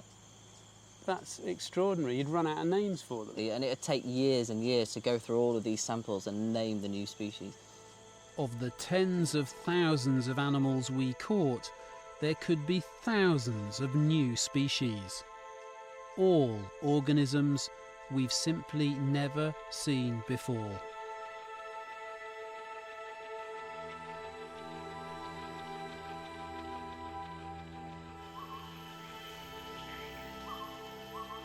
It's heartbreaking to realise that just as we're starting to appreciate the creatures that live in this magnificent jungle, we're turning it all into oil.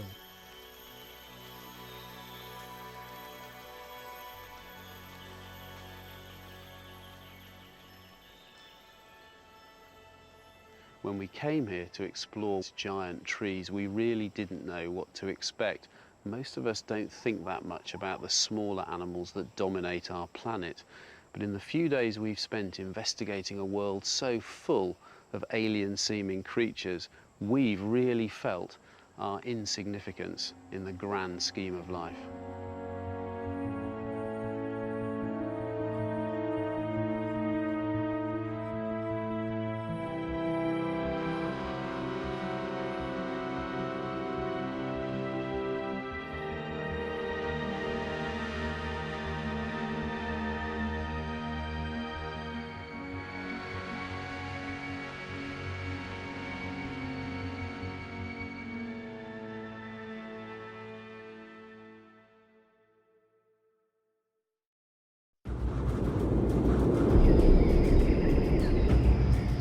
This is the ancient rainforest of northern Australia. It's home to one of the largest birds on Earth.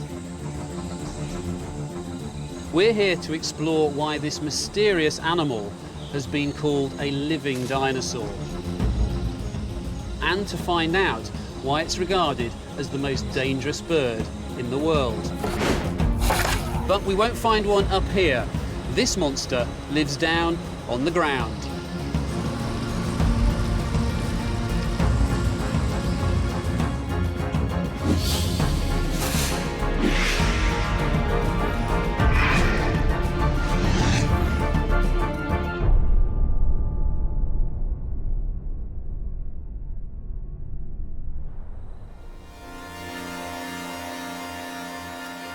We've come to Australia to find a rare creature that looks more like a velociraptor than a bird. Its call can be heard for miles across even the thickest rainforest, although they're notoriously difficult to find in the wild. They can be taller and heavier than a full-grown man and are armed with 5-inch talons that have actually killed humans. We're going to investigate the prehistoric origins of this bizarre bird, the cassowary. But first, we hope to see one on Queensland's Cassowary coast.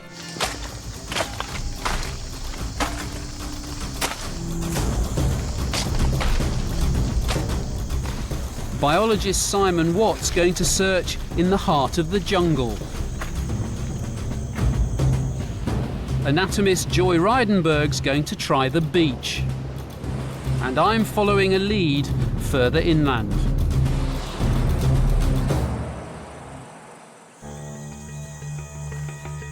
I'm in possibly the oldest rainforest on Earth. It's older than the Congo, older even than the Amazon. Is the knife in case the cassowaries get too close? No, definitely not. It's a cane knife and just... Effective. North Queensland equivalent of a machete. I'm with Peter Solaris, a tropical fruit farmer who's lived all his life alongside these birds. How do you spot them among all this undergrowth? There you go. See that track there? That's before the last rain event. You can see another footprint there. So the bird's gone up and come back. So I don't know which was first, but it's had rain in it. There's one somewhere around here. Yeah, there's one somewhere, yep.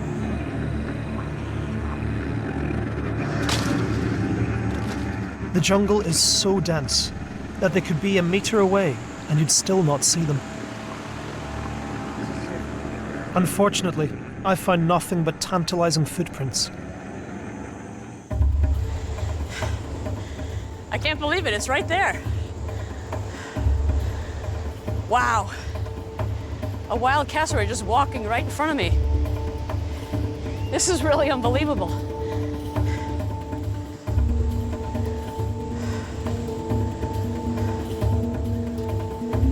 Keeping my raincoat out in front of me in case it decides that I'm a threat. I feel like a matador with a bull, because these birds do have some notorious weaponry on their feet. Okay, now I'm a little scared. That was too close.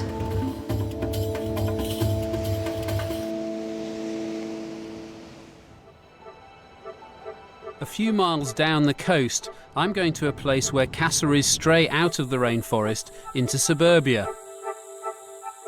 Jenny Cameron's invited me to her house to experience a close encounter. Hello, Mum. Wow.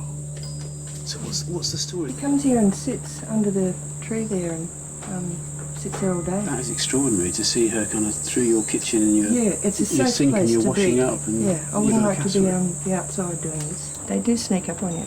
That must have scared the living daylights out of you, didn't it? It does frighten you a little bit. Yeah, I've been filming them sometimes and not concentrating properly, and they've actually come up and tried to take a little piece of the camera. Look here, there she comes. Oh, here she is. There she comes. And this is Bella. And a little chick behind her. It's amazing, isn't it? I've flown halfway around the world to see cassowaries in the wild, in the rainforest. And where do I see one? In somebody's backyard, right outside their kitchen window.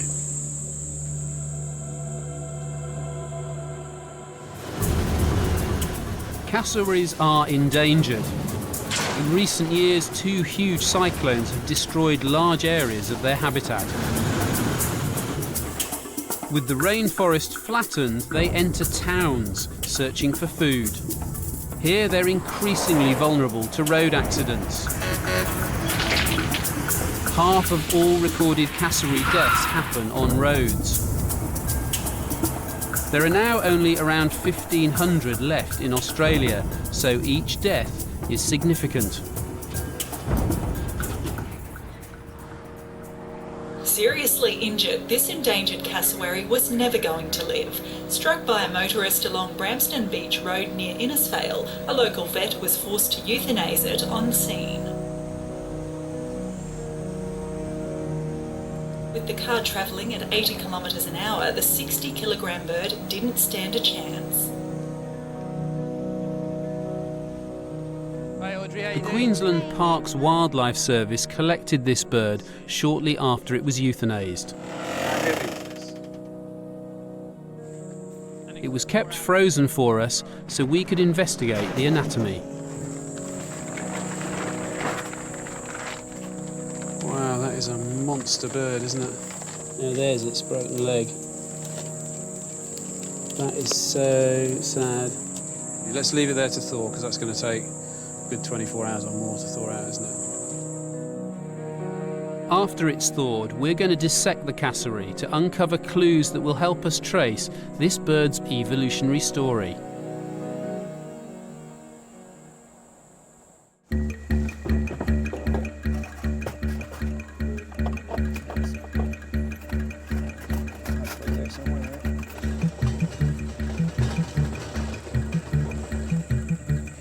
Carrying out our dissection right here in the middle of the rainforest at the Rangers station, and we're joined by Graham Lorreton, who's a cassowary expert, a vet. And the first thing we need to do is to get as much data as we can, but it's also a great opportunity. Just look at this thing. It is clearly a bird, but it is massive. We've got a beak and a pretty kind of obvious bird head at this end, but look at the colour of this neck, then this massive monstrous body that's got feathers, but it looks more like hair.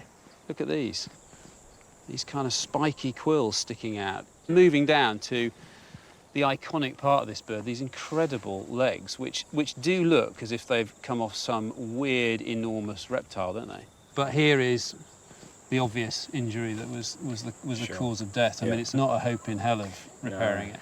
Any injury like this, it's a death sentence. You think we can take this off and examine the foot up a little more closely? Sure. You can probably just cut it right here. Try and get through the skin there, I reckon. How tough is that skin? It's pretty tough. A little tension, maybe it'll get right through here. What are your first impressions of that? Velociraptor? I would say this looks like a dinosaur. It's a hell of a big chicken foot. Yeah. It's tough and leathery and scaly like a reptile, with a nice, serious weapon on the side here. Let's just see how big this foot is compared to mine. So here we've got the toes, the foot, this is the heel, and this is the ankle here. Plump your ankle on top of its ankle. Oh, right. Ankle to ankle. There you go. Your toes, That's a fair comparison. Reach the fracture line. That's about it. So its foot is twice the size of mine. But this foot isn't just something to stand on and get you about, is it? Oh no. So you can see this dagger here is to defend itself. Maybe if we can go onto the intact leg here. So when a bird is feeling threatened, they use it as a dagger, almost in like a forward karate kick motion. It will then just jab. Yeah. Presumably, this movement is when it's jumping at you. You've got fully flexed like that. Yep. That then goes. Whoa! Straight out. Exactly. Straight at Look it. like arrows coming straight. Okay. Exactly. We've got a melon down there. Let's just see if that claw would go into a melon if you give it a held try. You'll see how ripe the melon is. Wait, you want me to hold this? Okay, Yeah, you hold it. I'll show you go. how far it'll go because I don't want to hurt you. This is going to go to about there. Okay. Yeah. You got it. Okay. You ready? Right. Okay. Yep. Oh, you got it. Stick in. Yeah, so it goes straight through. Or a fair way in there. And it'll be quick. I mean, It's you quick, wouldn't react in time to get away from it. I'm glad it was not my belly. How you going, mate? Not too bad.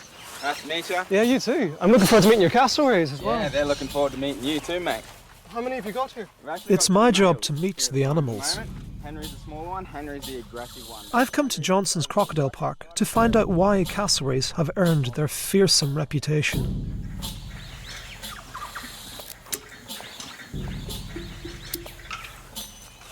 Yeah, they make you a bit nervous. They are slightly intimidating looking when they're like that.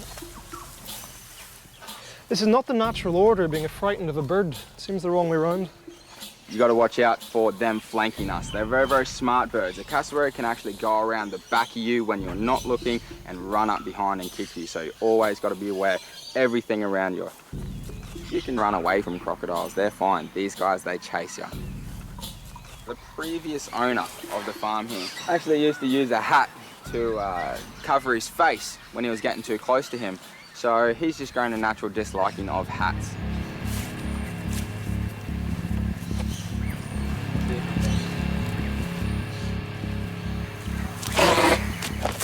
Wow!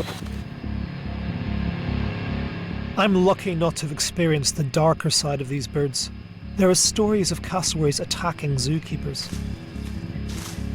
This footage shows just how dangerous they can be. When threatened, the cassowary will lash out, kicking and slashing with their razor-sharp claws.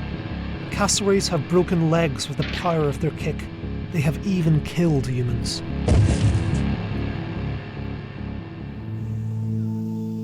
Joy's eager to uncover the anatomy of the ferocious kick. A few strokes of her scalpel and the leg's off. That is one very, very heavy leg. Are we going to take this apart a little bit and start to see some of the biomechanics of this and what's going on? Yeah, let's finish taking the skin off so we can actually see the musculature that's involved. Watching this with some interest is Scott Hockmanall, who is a paleontologist and dinosaur expert. People call these living dinosaurs. Is that because of this, Scott? It's fantastic. I mean, if you think about without the feathers and you just extended the scales up onto the leg, people would just think this is a dinosaur leg. I mean, that's the fact is, it is a dinosaur leg. Yeah, at first I thought it was just this plump because of all the feathers, but now with that off, I see it really is huge. He's a monster. Heavy. Right. And look at the size of these cables. These tendons are enormous. Why don't we take a closer look at this? We can clean this out a little bit and then pull on it. If we shrunk down and actually blew up a velociraptor, we would get the same proportions. It would look identical. This side is the extensor, the Achilles tendon. It's going to pull the ankle open. But closing it is going to involve tendons on this side that are pulling it up. So we pull on the extensors. Look at that. You can see the toes coming out. Just twitching. It's kind Look at that. That's amazing, isn't it? That's amazing, yeah. So those are extending the toes just by pressing on that tendon, like a little marionette, pulling on the strings. And if we pull on all of this together, it should bring up the ankle joint. So, yeah, you should. Yes. If you, Graham, pull on that lot and you pull on that lot at the same time, this will fly. You better watch out over there, Scott. Here we go, ready? 1, 2, 3. Shoots it straight out. Yeah. So it's the muscles on the front of the calf as well as on the back that are both contracting at the same time to get that full extension. What we're seeing in front of us are the ingredients of a hind leg that are almost identical to what you would have seen if you were dissecting a dinosaur millions of years ago.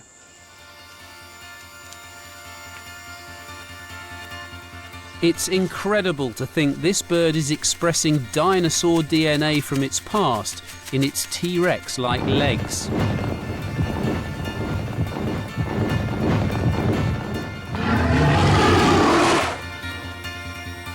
Surprisingly, cassowaries will eat meat too. Throughout their bodies, there's plenty of clues that birds are descended from dinosaurs. Open up its wing. This thing is freaky. Isn't it the Calling weirdest? that a wing? That's the It's a strange wing, but have a look at this. There's not much there. It's a little reduced wing, but on the end of it is a claw. The claw is a vestige of a dinosaur forelimb. So why don't we cut into it and see if we can see the structure of it. A little tension right there, pull. Good. Perfect. There you go. So if you separated that from this animal and you just put that in front of somebody, you wouldn't call that a wing, would you? I wouldn't know what to call that. You ain't going to get off the runway with that. No. It is so peculiar. I mean, these quills, you think they do have a function, even if it's a kind of bit of a sideline. So they obviously don't use them to fly, they don't use them to flap around, but they do certainly use them to help protect themselves as they go through the rainforest. You actually see the vines and the thorns slip off them as they're walking through the dense rainforest. So let's have a look inside this. You'll see the same structures in this humerus as we find in theropod dinosaurs. When you say a theropod dinosaur, what kind of dinosaur are you talking about? Well, they're the meat-eating dinosaurs, everything from T-Rex to Velociraptor. So that's the elbow joint. Just like that. Humerus, radius and ulna. And that claw is that? That's right, it's probably off the middle finger, so is it? that one there. That one there. Yeah. Okay.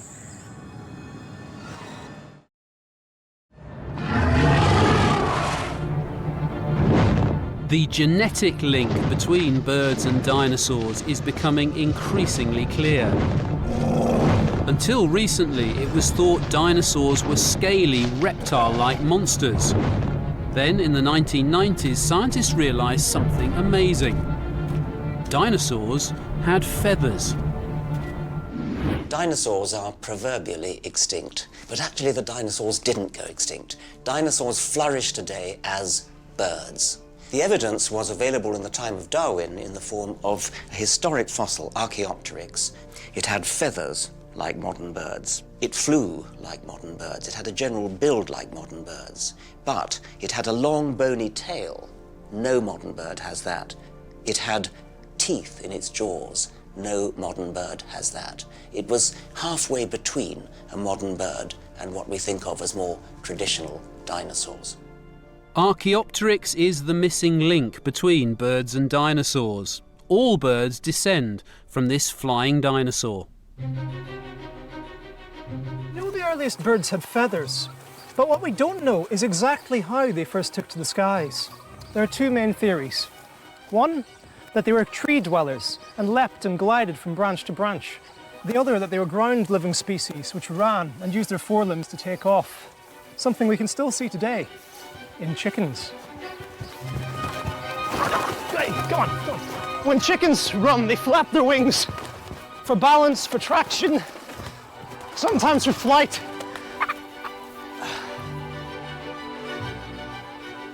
Perhaps the earliest attempts at flight looked something like this.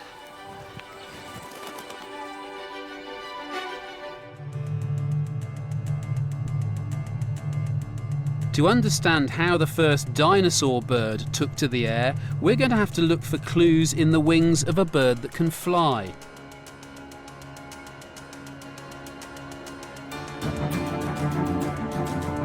This is the heaviest flying bird in Australia. So this is called a bustard. It's called a plains turkey. Look at the size of these wings. It's massive. He's a big bird. Obviously, they do fly as well.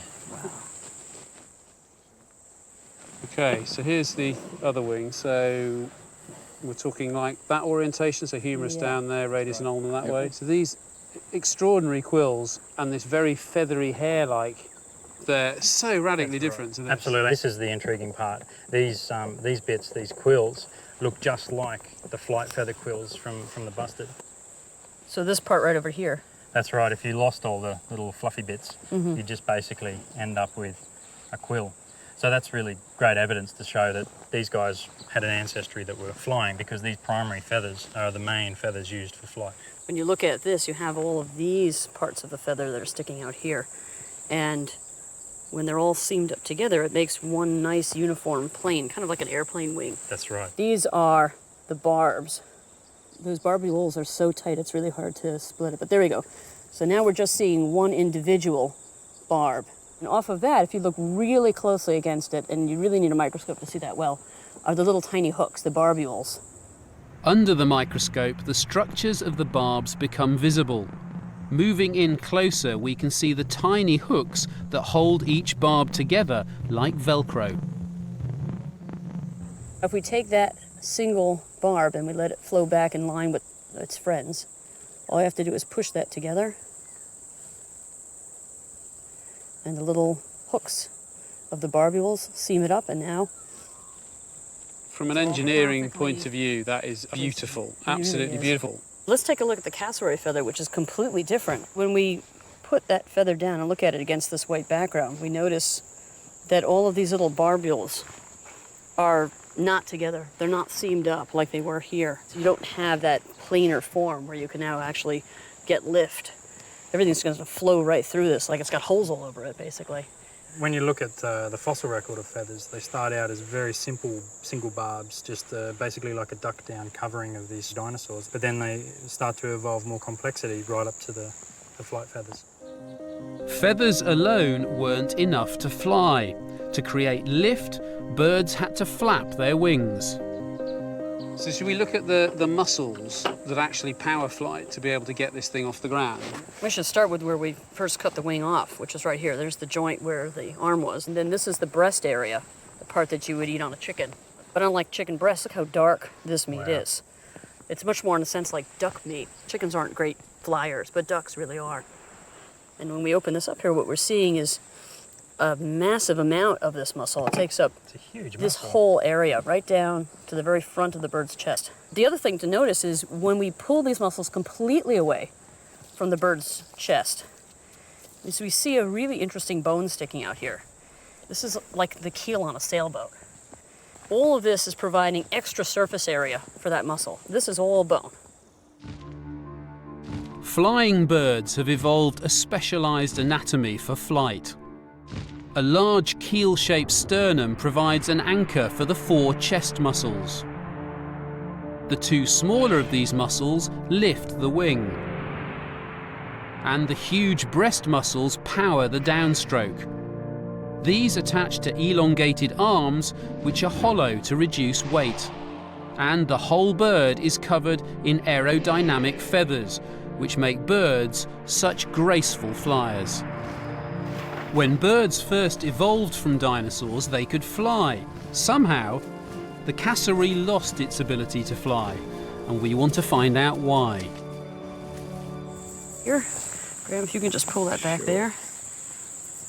You know, immediately I noticed there's quite a big fat layer on this animal. I didn't notice that on the buster. There's a huge amount of fat here. So these guys get really fat. You get up to a few inches of fat between skin and sort of flesh underneath. If the season's good, if there's a lot of food around, they'll get 2-3 inches of fat, especially over this front part of their body. And that's obviously another reason why they have no chance of flying whatsoever, because they're big and heavy. So the only thing I've seen that resembles muscle is this tiny little bit right over here. You know, I wouldn't think I was even cutting into a bird looking at this. You know, when you cut into a bird, you expect nice breast meat, you know. But there's just nothing happening here. This tiny little wimpy thing. This is it. So this is that's it. So if we pull this down. Is this all bone here? This is all bone. And no keel? No keel. No, none at all. This is what I've just dissected off the bustard. So that is the flight muscle of a bird that is a fraction of the size of this. That's right. And so scaled up, if this needed to fly, this muscle would need to be out here somewhere. Massive, absolutely enormous. Can you imagine how long the wingspan would be in a bird this size if it could fly? Just huge. This is a bird that's come out of the tree. It doesn't need to fly anymore, and the only bit that's really left to show that it evolved as a flying animal is that. Little wing. That's one tiny, tiny little wing. The wonderful gift of flying is deep in the DNA of birds. They are ancestral flyers, and yet there are many birds, of which the cassowary is one, that has only a tiny little wing. They've lost their ancestral wing. Why did they lose the ability to fly? The reason is they arrived in a place where they didn't need them anymore. There aren't predators there, for example. And flying is expensive. It's a wonderful thing to be able to do, but it costs an enormous amount in energy, in huge breast muscles. And so when you can do without flight, it can be better to do without flight. The breast muscles shrink, the wings shrivel up to these tiny vestiges. We've seen how the evolution of feathers and wings helped dinosaurs take to the air, but flight requires other adaptations. The muscles that flap wings have huge oxygen demands. We want to look inside the cassowary to see whether it's retained the turbocharged breathing apparatus needed to power flight. Okay, I'll just get the rib cutters. Okie doke. And I'm just going to try and see if I can just go through each one. Okay. Yep. The animal breathes in. The air goes straight down into all of these air sacs, which are all through the bird. There's an air sac there, and they're everywhere. When you actually go looking, you find a lot of these sort of little membranes. So these are not where oxygenation is taking place, No, right? it's just like a balloon inside the bird. They just fill up and then let go of the air again as it goes back through the lungs. So the air goes into them, and then as it breathes out, the air goes back through the lung tissue. The blood, as it flows through the lungs, gets that oxygen out, and then the air goes back out.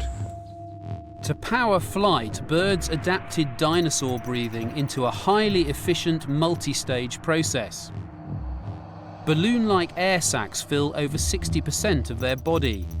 When they breathe in, air passes straight through the lungs to the rear air sacs. Breathing out then moves this fresh air into the lung for oxygen exchange. A second breath in moves the used air to the front air sacs. And a final breath out releases the used air from the body. This means new and used air never mix like they do in our lungs. It's why birds breathe much more efficiently than us. The air sacs that aid breathing provide another unlikely clue to the cassowary's past. These air sacs are paired, so you have some on this side? Yeah, sure. So what you can see here are identical on on the other side. They join in these ribs that we cut earlier. You can see they're hollow. They're not hollow because they've got bone marrow in them. They're actually hollow because the air actually goes down into those even. So these air sacs actually extend up into these hollow spaces. Into the hollow spaces, into the ribs, yeah. Through a little hole like there. this? Exactly. The air sacs penetrate the skeleton throughout the body. They enter through tiny pores in the bone wall, filling the space inside with air. This is a major feature of dinosaurs. The theropod dinosaurs that led to birds all had hollow bones like this, in their ribs, in their vertebrae, all through their skeleton. T-Rex had them, Velociraptor had them, Australovenator from Australia had them. They all had these hollow bones. But of course they weren't used for flight. They were used to lighten the load. So although flying birds are thought to have these air sacs and hollow bones to help them fly, which is actually the case, a flightless bird like this still has the hollow bones. It's because of its ancestry. It's a theropod dinosaur. To find out what else our big bird has in common with its ancestors, Scott's taking Simon to see a dinosaur.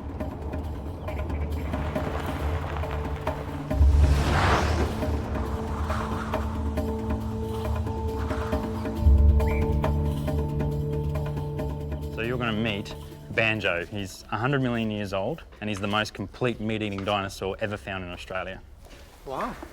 Well, This is what he would have looked like. This is what he would have looked like, this fantastic head with these great sharp teeth, big arms with big claws and these massive long legs. So you can think of a cassowary with these massive long legs and claws. More terrifying than T-Rex and Velociraptor.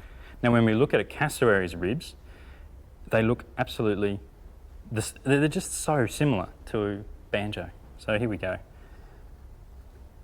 There's the rib. Same shape again. Exactly the same shape. Now the feature that we found in the cassowary was they were hollow because they have this pore. Now this pore is where the air sacs enter into the rib, making them hollow. Well, lo and behold, there's the pore in Banjo's bones. So why does a dinosaur want hollow bones?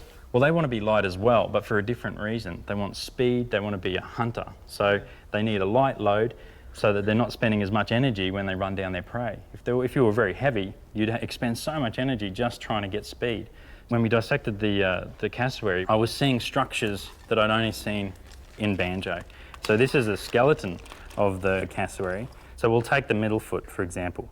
This is a phalange from the foot, the middle toe of Banjo, and here we have the same bone from a cassowary.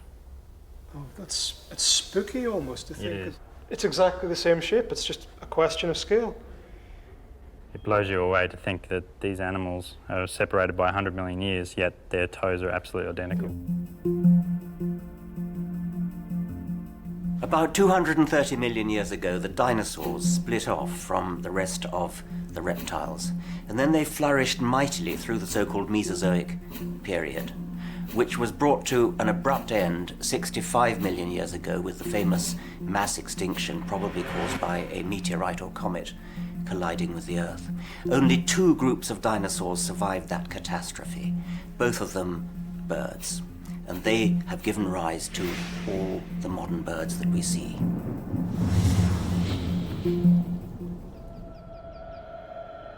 The two surviving groups of birds have very different numbers of species. One has only 6 species. It includes mostly non-flying birds like the cassowary. The other group is gigantic. It includes nearly all the 10,000 species of flying bird alive today. Both groups evolved a highly sophisticated way of communicating. A dazzling variety of complex sounds.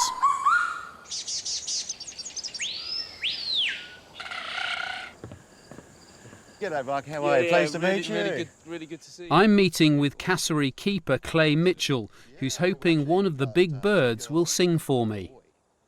The boys are always generally a little bit smaller than the girls. This girl here is actually a big girl. Okay, can I give her some of this by hand? Oh, of course you can. It's like feeding the kids McDonald's. Everything gets swallowed whole. Here you go, do you want that? It all goes down the same way, doesn't it? It's just a pick, chuck, gone, isn't it? Down. Absolutely incredible. We feed that twice a day, 2 kilos in the morning, 2 kilos in the afternoon. I gather she's quite a talker as well. Yeah, she can boom. Actually, if we sit back after giving a little bit of a feed, she might actually give us a little bit of a boom for us. Okay, well, she's had a good half of that, so let's leave that for now. Should we just perch over here and wait? Right, okay. yeah. And it can just be spontaneous, just happen. Yeah, basically. There's no real given rule as to why or when she actually does it, but it's definitely just sort of say, I'm big and I'm bold and I'm beautiful. Cassowary style.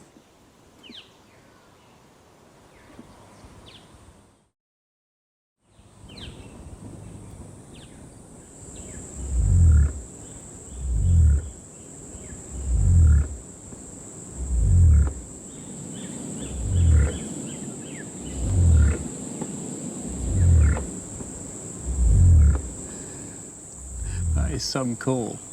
Oh, look, you definitely feel it. You don't just hear it. Absolutely. It's not just what you hear. Inside, you can almost feel yourself vibrating in sync with her. It is an incredible noise. Oh, it's the deepest baritone you've ever heard. It kind of vibrates inside you. It's awesome. If you didn't know one of these was out there and you heard it, you were walking through this forest, it would scare the shit out of you. Give it some tension there. Joy's interested in how low-frequency sounds are made in her whale research. She's keen to take her scalpel to the cassowary's windpipe to see how it makes that boom.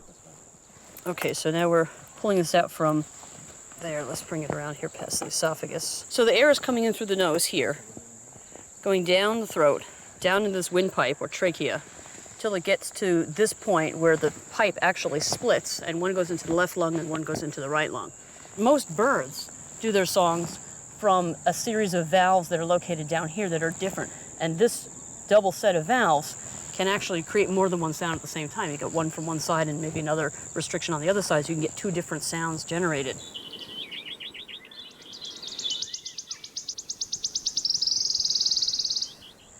So what I'd like to do is cut this open and see if the cassowary has the same structure as other birds that sing. And already what we can see here is something that's vastly different than what you see in a mammal. It looks like there's two drum heads in here, one on this side going down this main pipe and one on this side going down that main pipe. These two drum heads are seamed up against each other when these two pipes are closed. But in addition, the part where it comes together is actually quite rigid. So what we've got here is something that really will stay open, allowing the vibrations to pass along here. Now, in a songbird, they have a relatively short neck. They still have this, they still make these sounds. But this bird has a relatively long neck.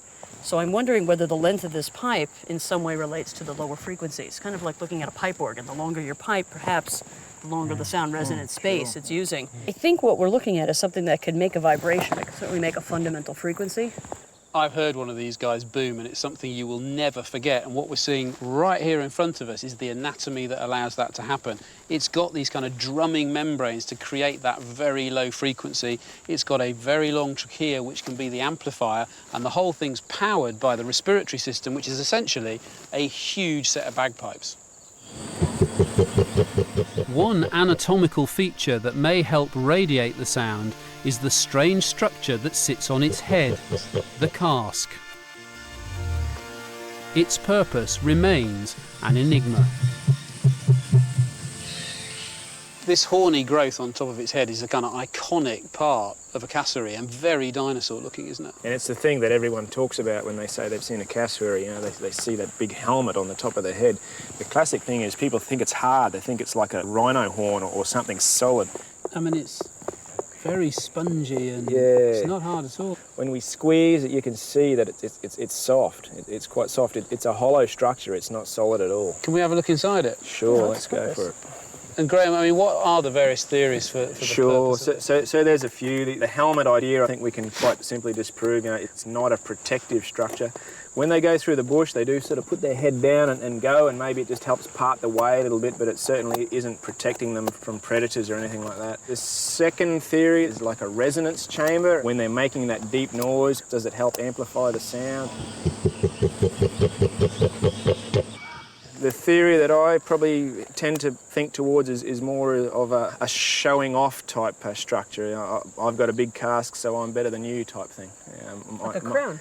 Yeah, like mine's bigger than yours, exactly. Every cask is a unique shape and size. Perhaps cassowaries use them to recognise one another when choosing a mate. This is looking really weird. It looks like it's peculiar. Looks like it's looking like one of those scourers that you clean your kitchen pans with. Exactly. There's air there, but there's blood vessels, and there's this delicate sort of structure going through it as well. I can't figure out what this is. It is such a weird anatomical structure. It's soft here. It's crunchy over here. It's got practically nothing here. Yeah. That's the skull right there. Brain cavity below that, yeah. But wait. There's a hole here. That seems to be a hole right there. It's heading down towards the nose, away from the ear. And then there's another hole next to it right here, but I can't seem to get this tool into it. No one's done any research at this part of the anatomy. This is a first for anybody. It's extraordinary that this animal is so poorly understood, but we are now beginning to start revealing some of the mysteries of this incredible bird. For such a huge, colourful bird, the cassowary is still shrouded in mystery. No one even knows how many are left.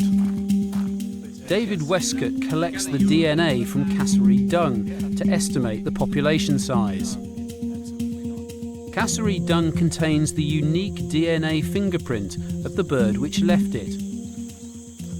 By collecting and analysing each sample, David can work out how many birds live in any one area. His investigations have also revealed the cassowary's key role in the life cycle of the rainforest. Do they tend to lay them anywhere as they're feeding? Or? Wherever's convenient. Aha, here you go. What? You got one? Yep, just up here. Wow.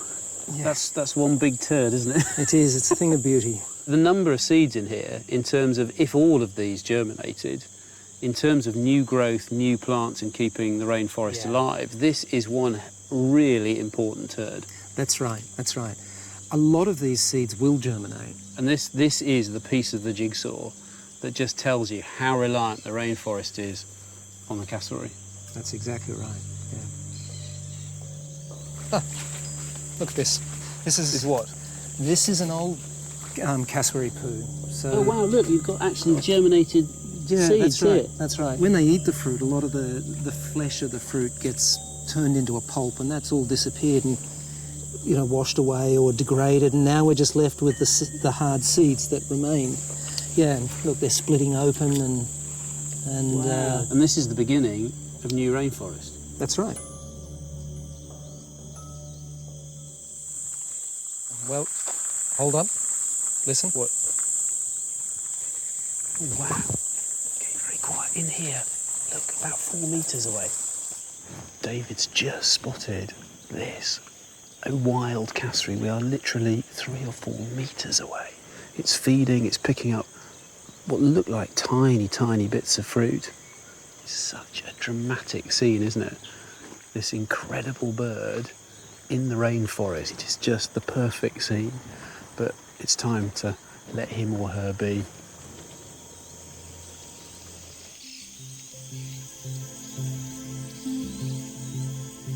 It's almost impossible to tell the difference between males and females.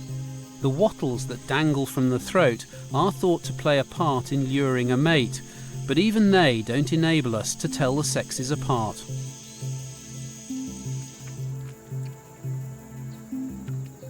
We'll just try and pull all this out if we can. Just cut down through there. And we can see out the other side, and there we go. That's what I thought it was. This. Okay, what do we? I know what this is. Okay, we've got eggs. It's a girl. We've got an ovary there. We've got an ovary with what do we got? Follicles here. Wow, We've look got at them. Loads of them. Look at all these. 3, 4, 5 big ones.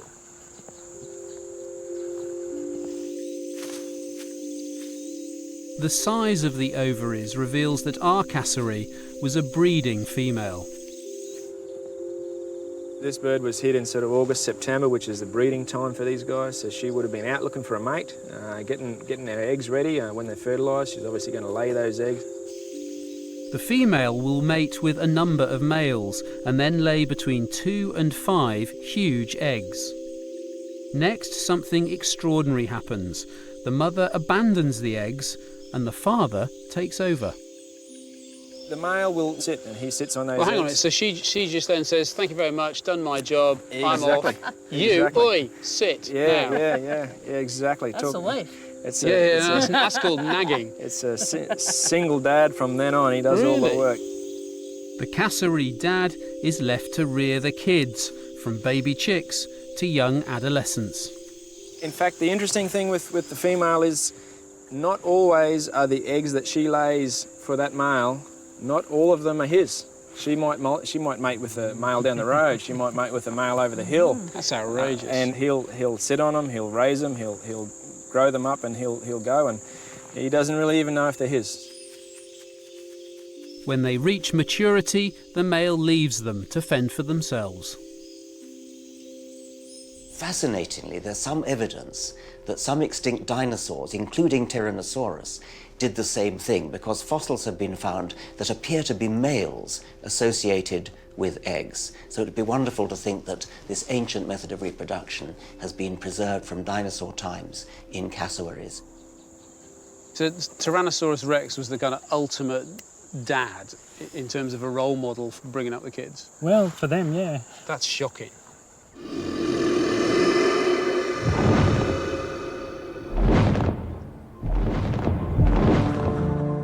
Scott's taking Simon 600 kilometres inland to Lark Quarry, where a remarkable set of fossils is preserved. They show one last similarity between dinosaurs and the cassowary. Well, welcome to Lark Quarry. Wow, that's... It's phenomenal, isn't it? It's like the outside inside. So this is an absolutely unique set of dinosaur footprints. There's nowhere else in the world that you can see these, because it's a 15-second snapshot in time. But I'll paint you a picture of what this place is like. Imagine you're standing on the edge of a billabong and it's drying up, and it's left this big flat mud flat. So it's completely open. Yes. There's a group of dinosaurs, about 150 of them. They're all congregated around the water's edge, and they're all about the same size, from chicken-sized to about the size of an emu or a cassowary. Something startles them, and they all start sprinting in the one direction, obviously getting away from something. And do we know what that something was? Well, we do have some footprints that might help that out. Let's have a quick look and we'll show you. So we come up to this side of the trackway and Is that it? Yes, that's right. Are you serious?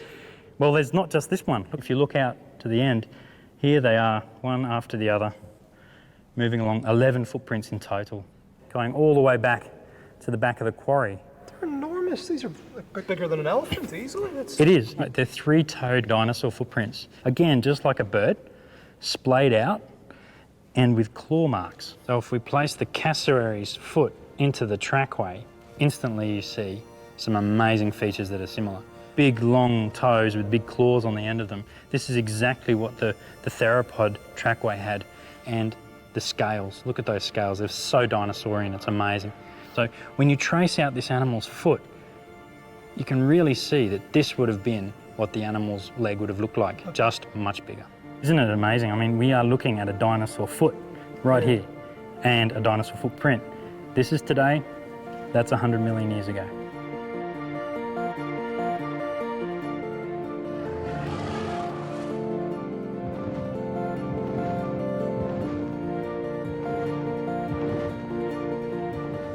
Yet another link between the cassowary and the dinosaur ancestors, but it's a pretty sobering thought, isn't it? The last thing we find in the dissection is that this road traffic accident didn't just kill this individual female, it wiped out potentially future offspring, future cassowaries. And if we don't protect these animals and stop them dying, we run the risk of losing the closest living relative to the dinosaur.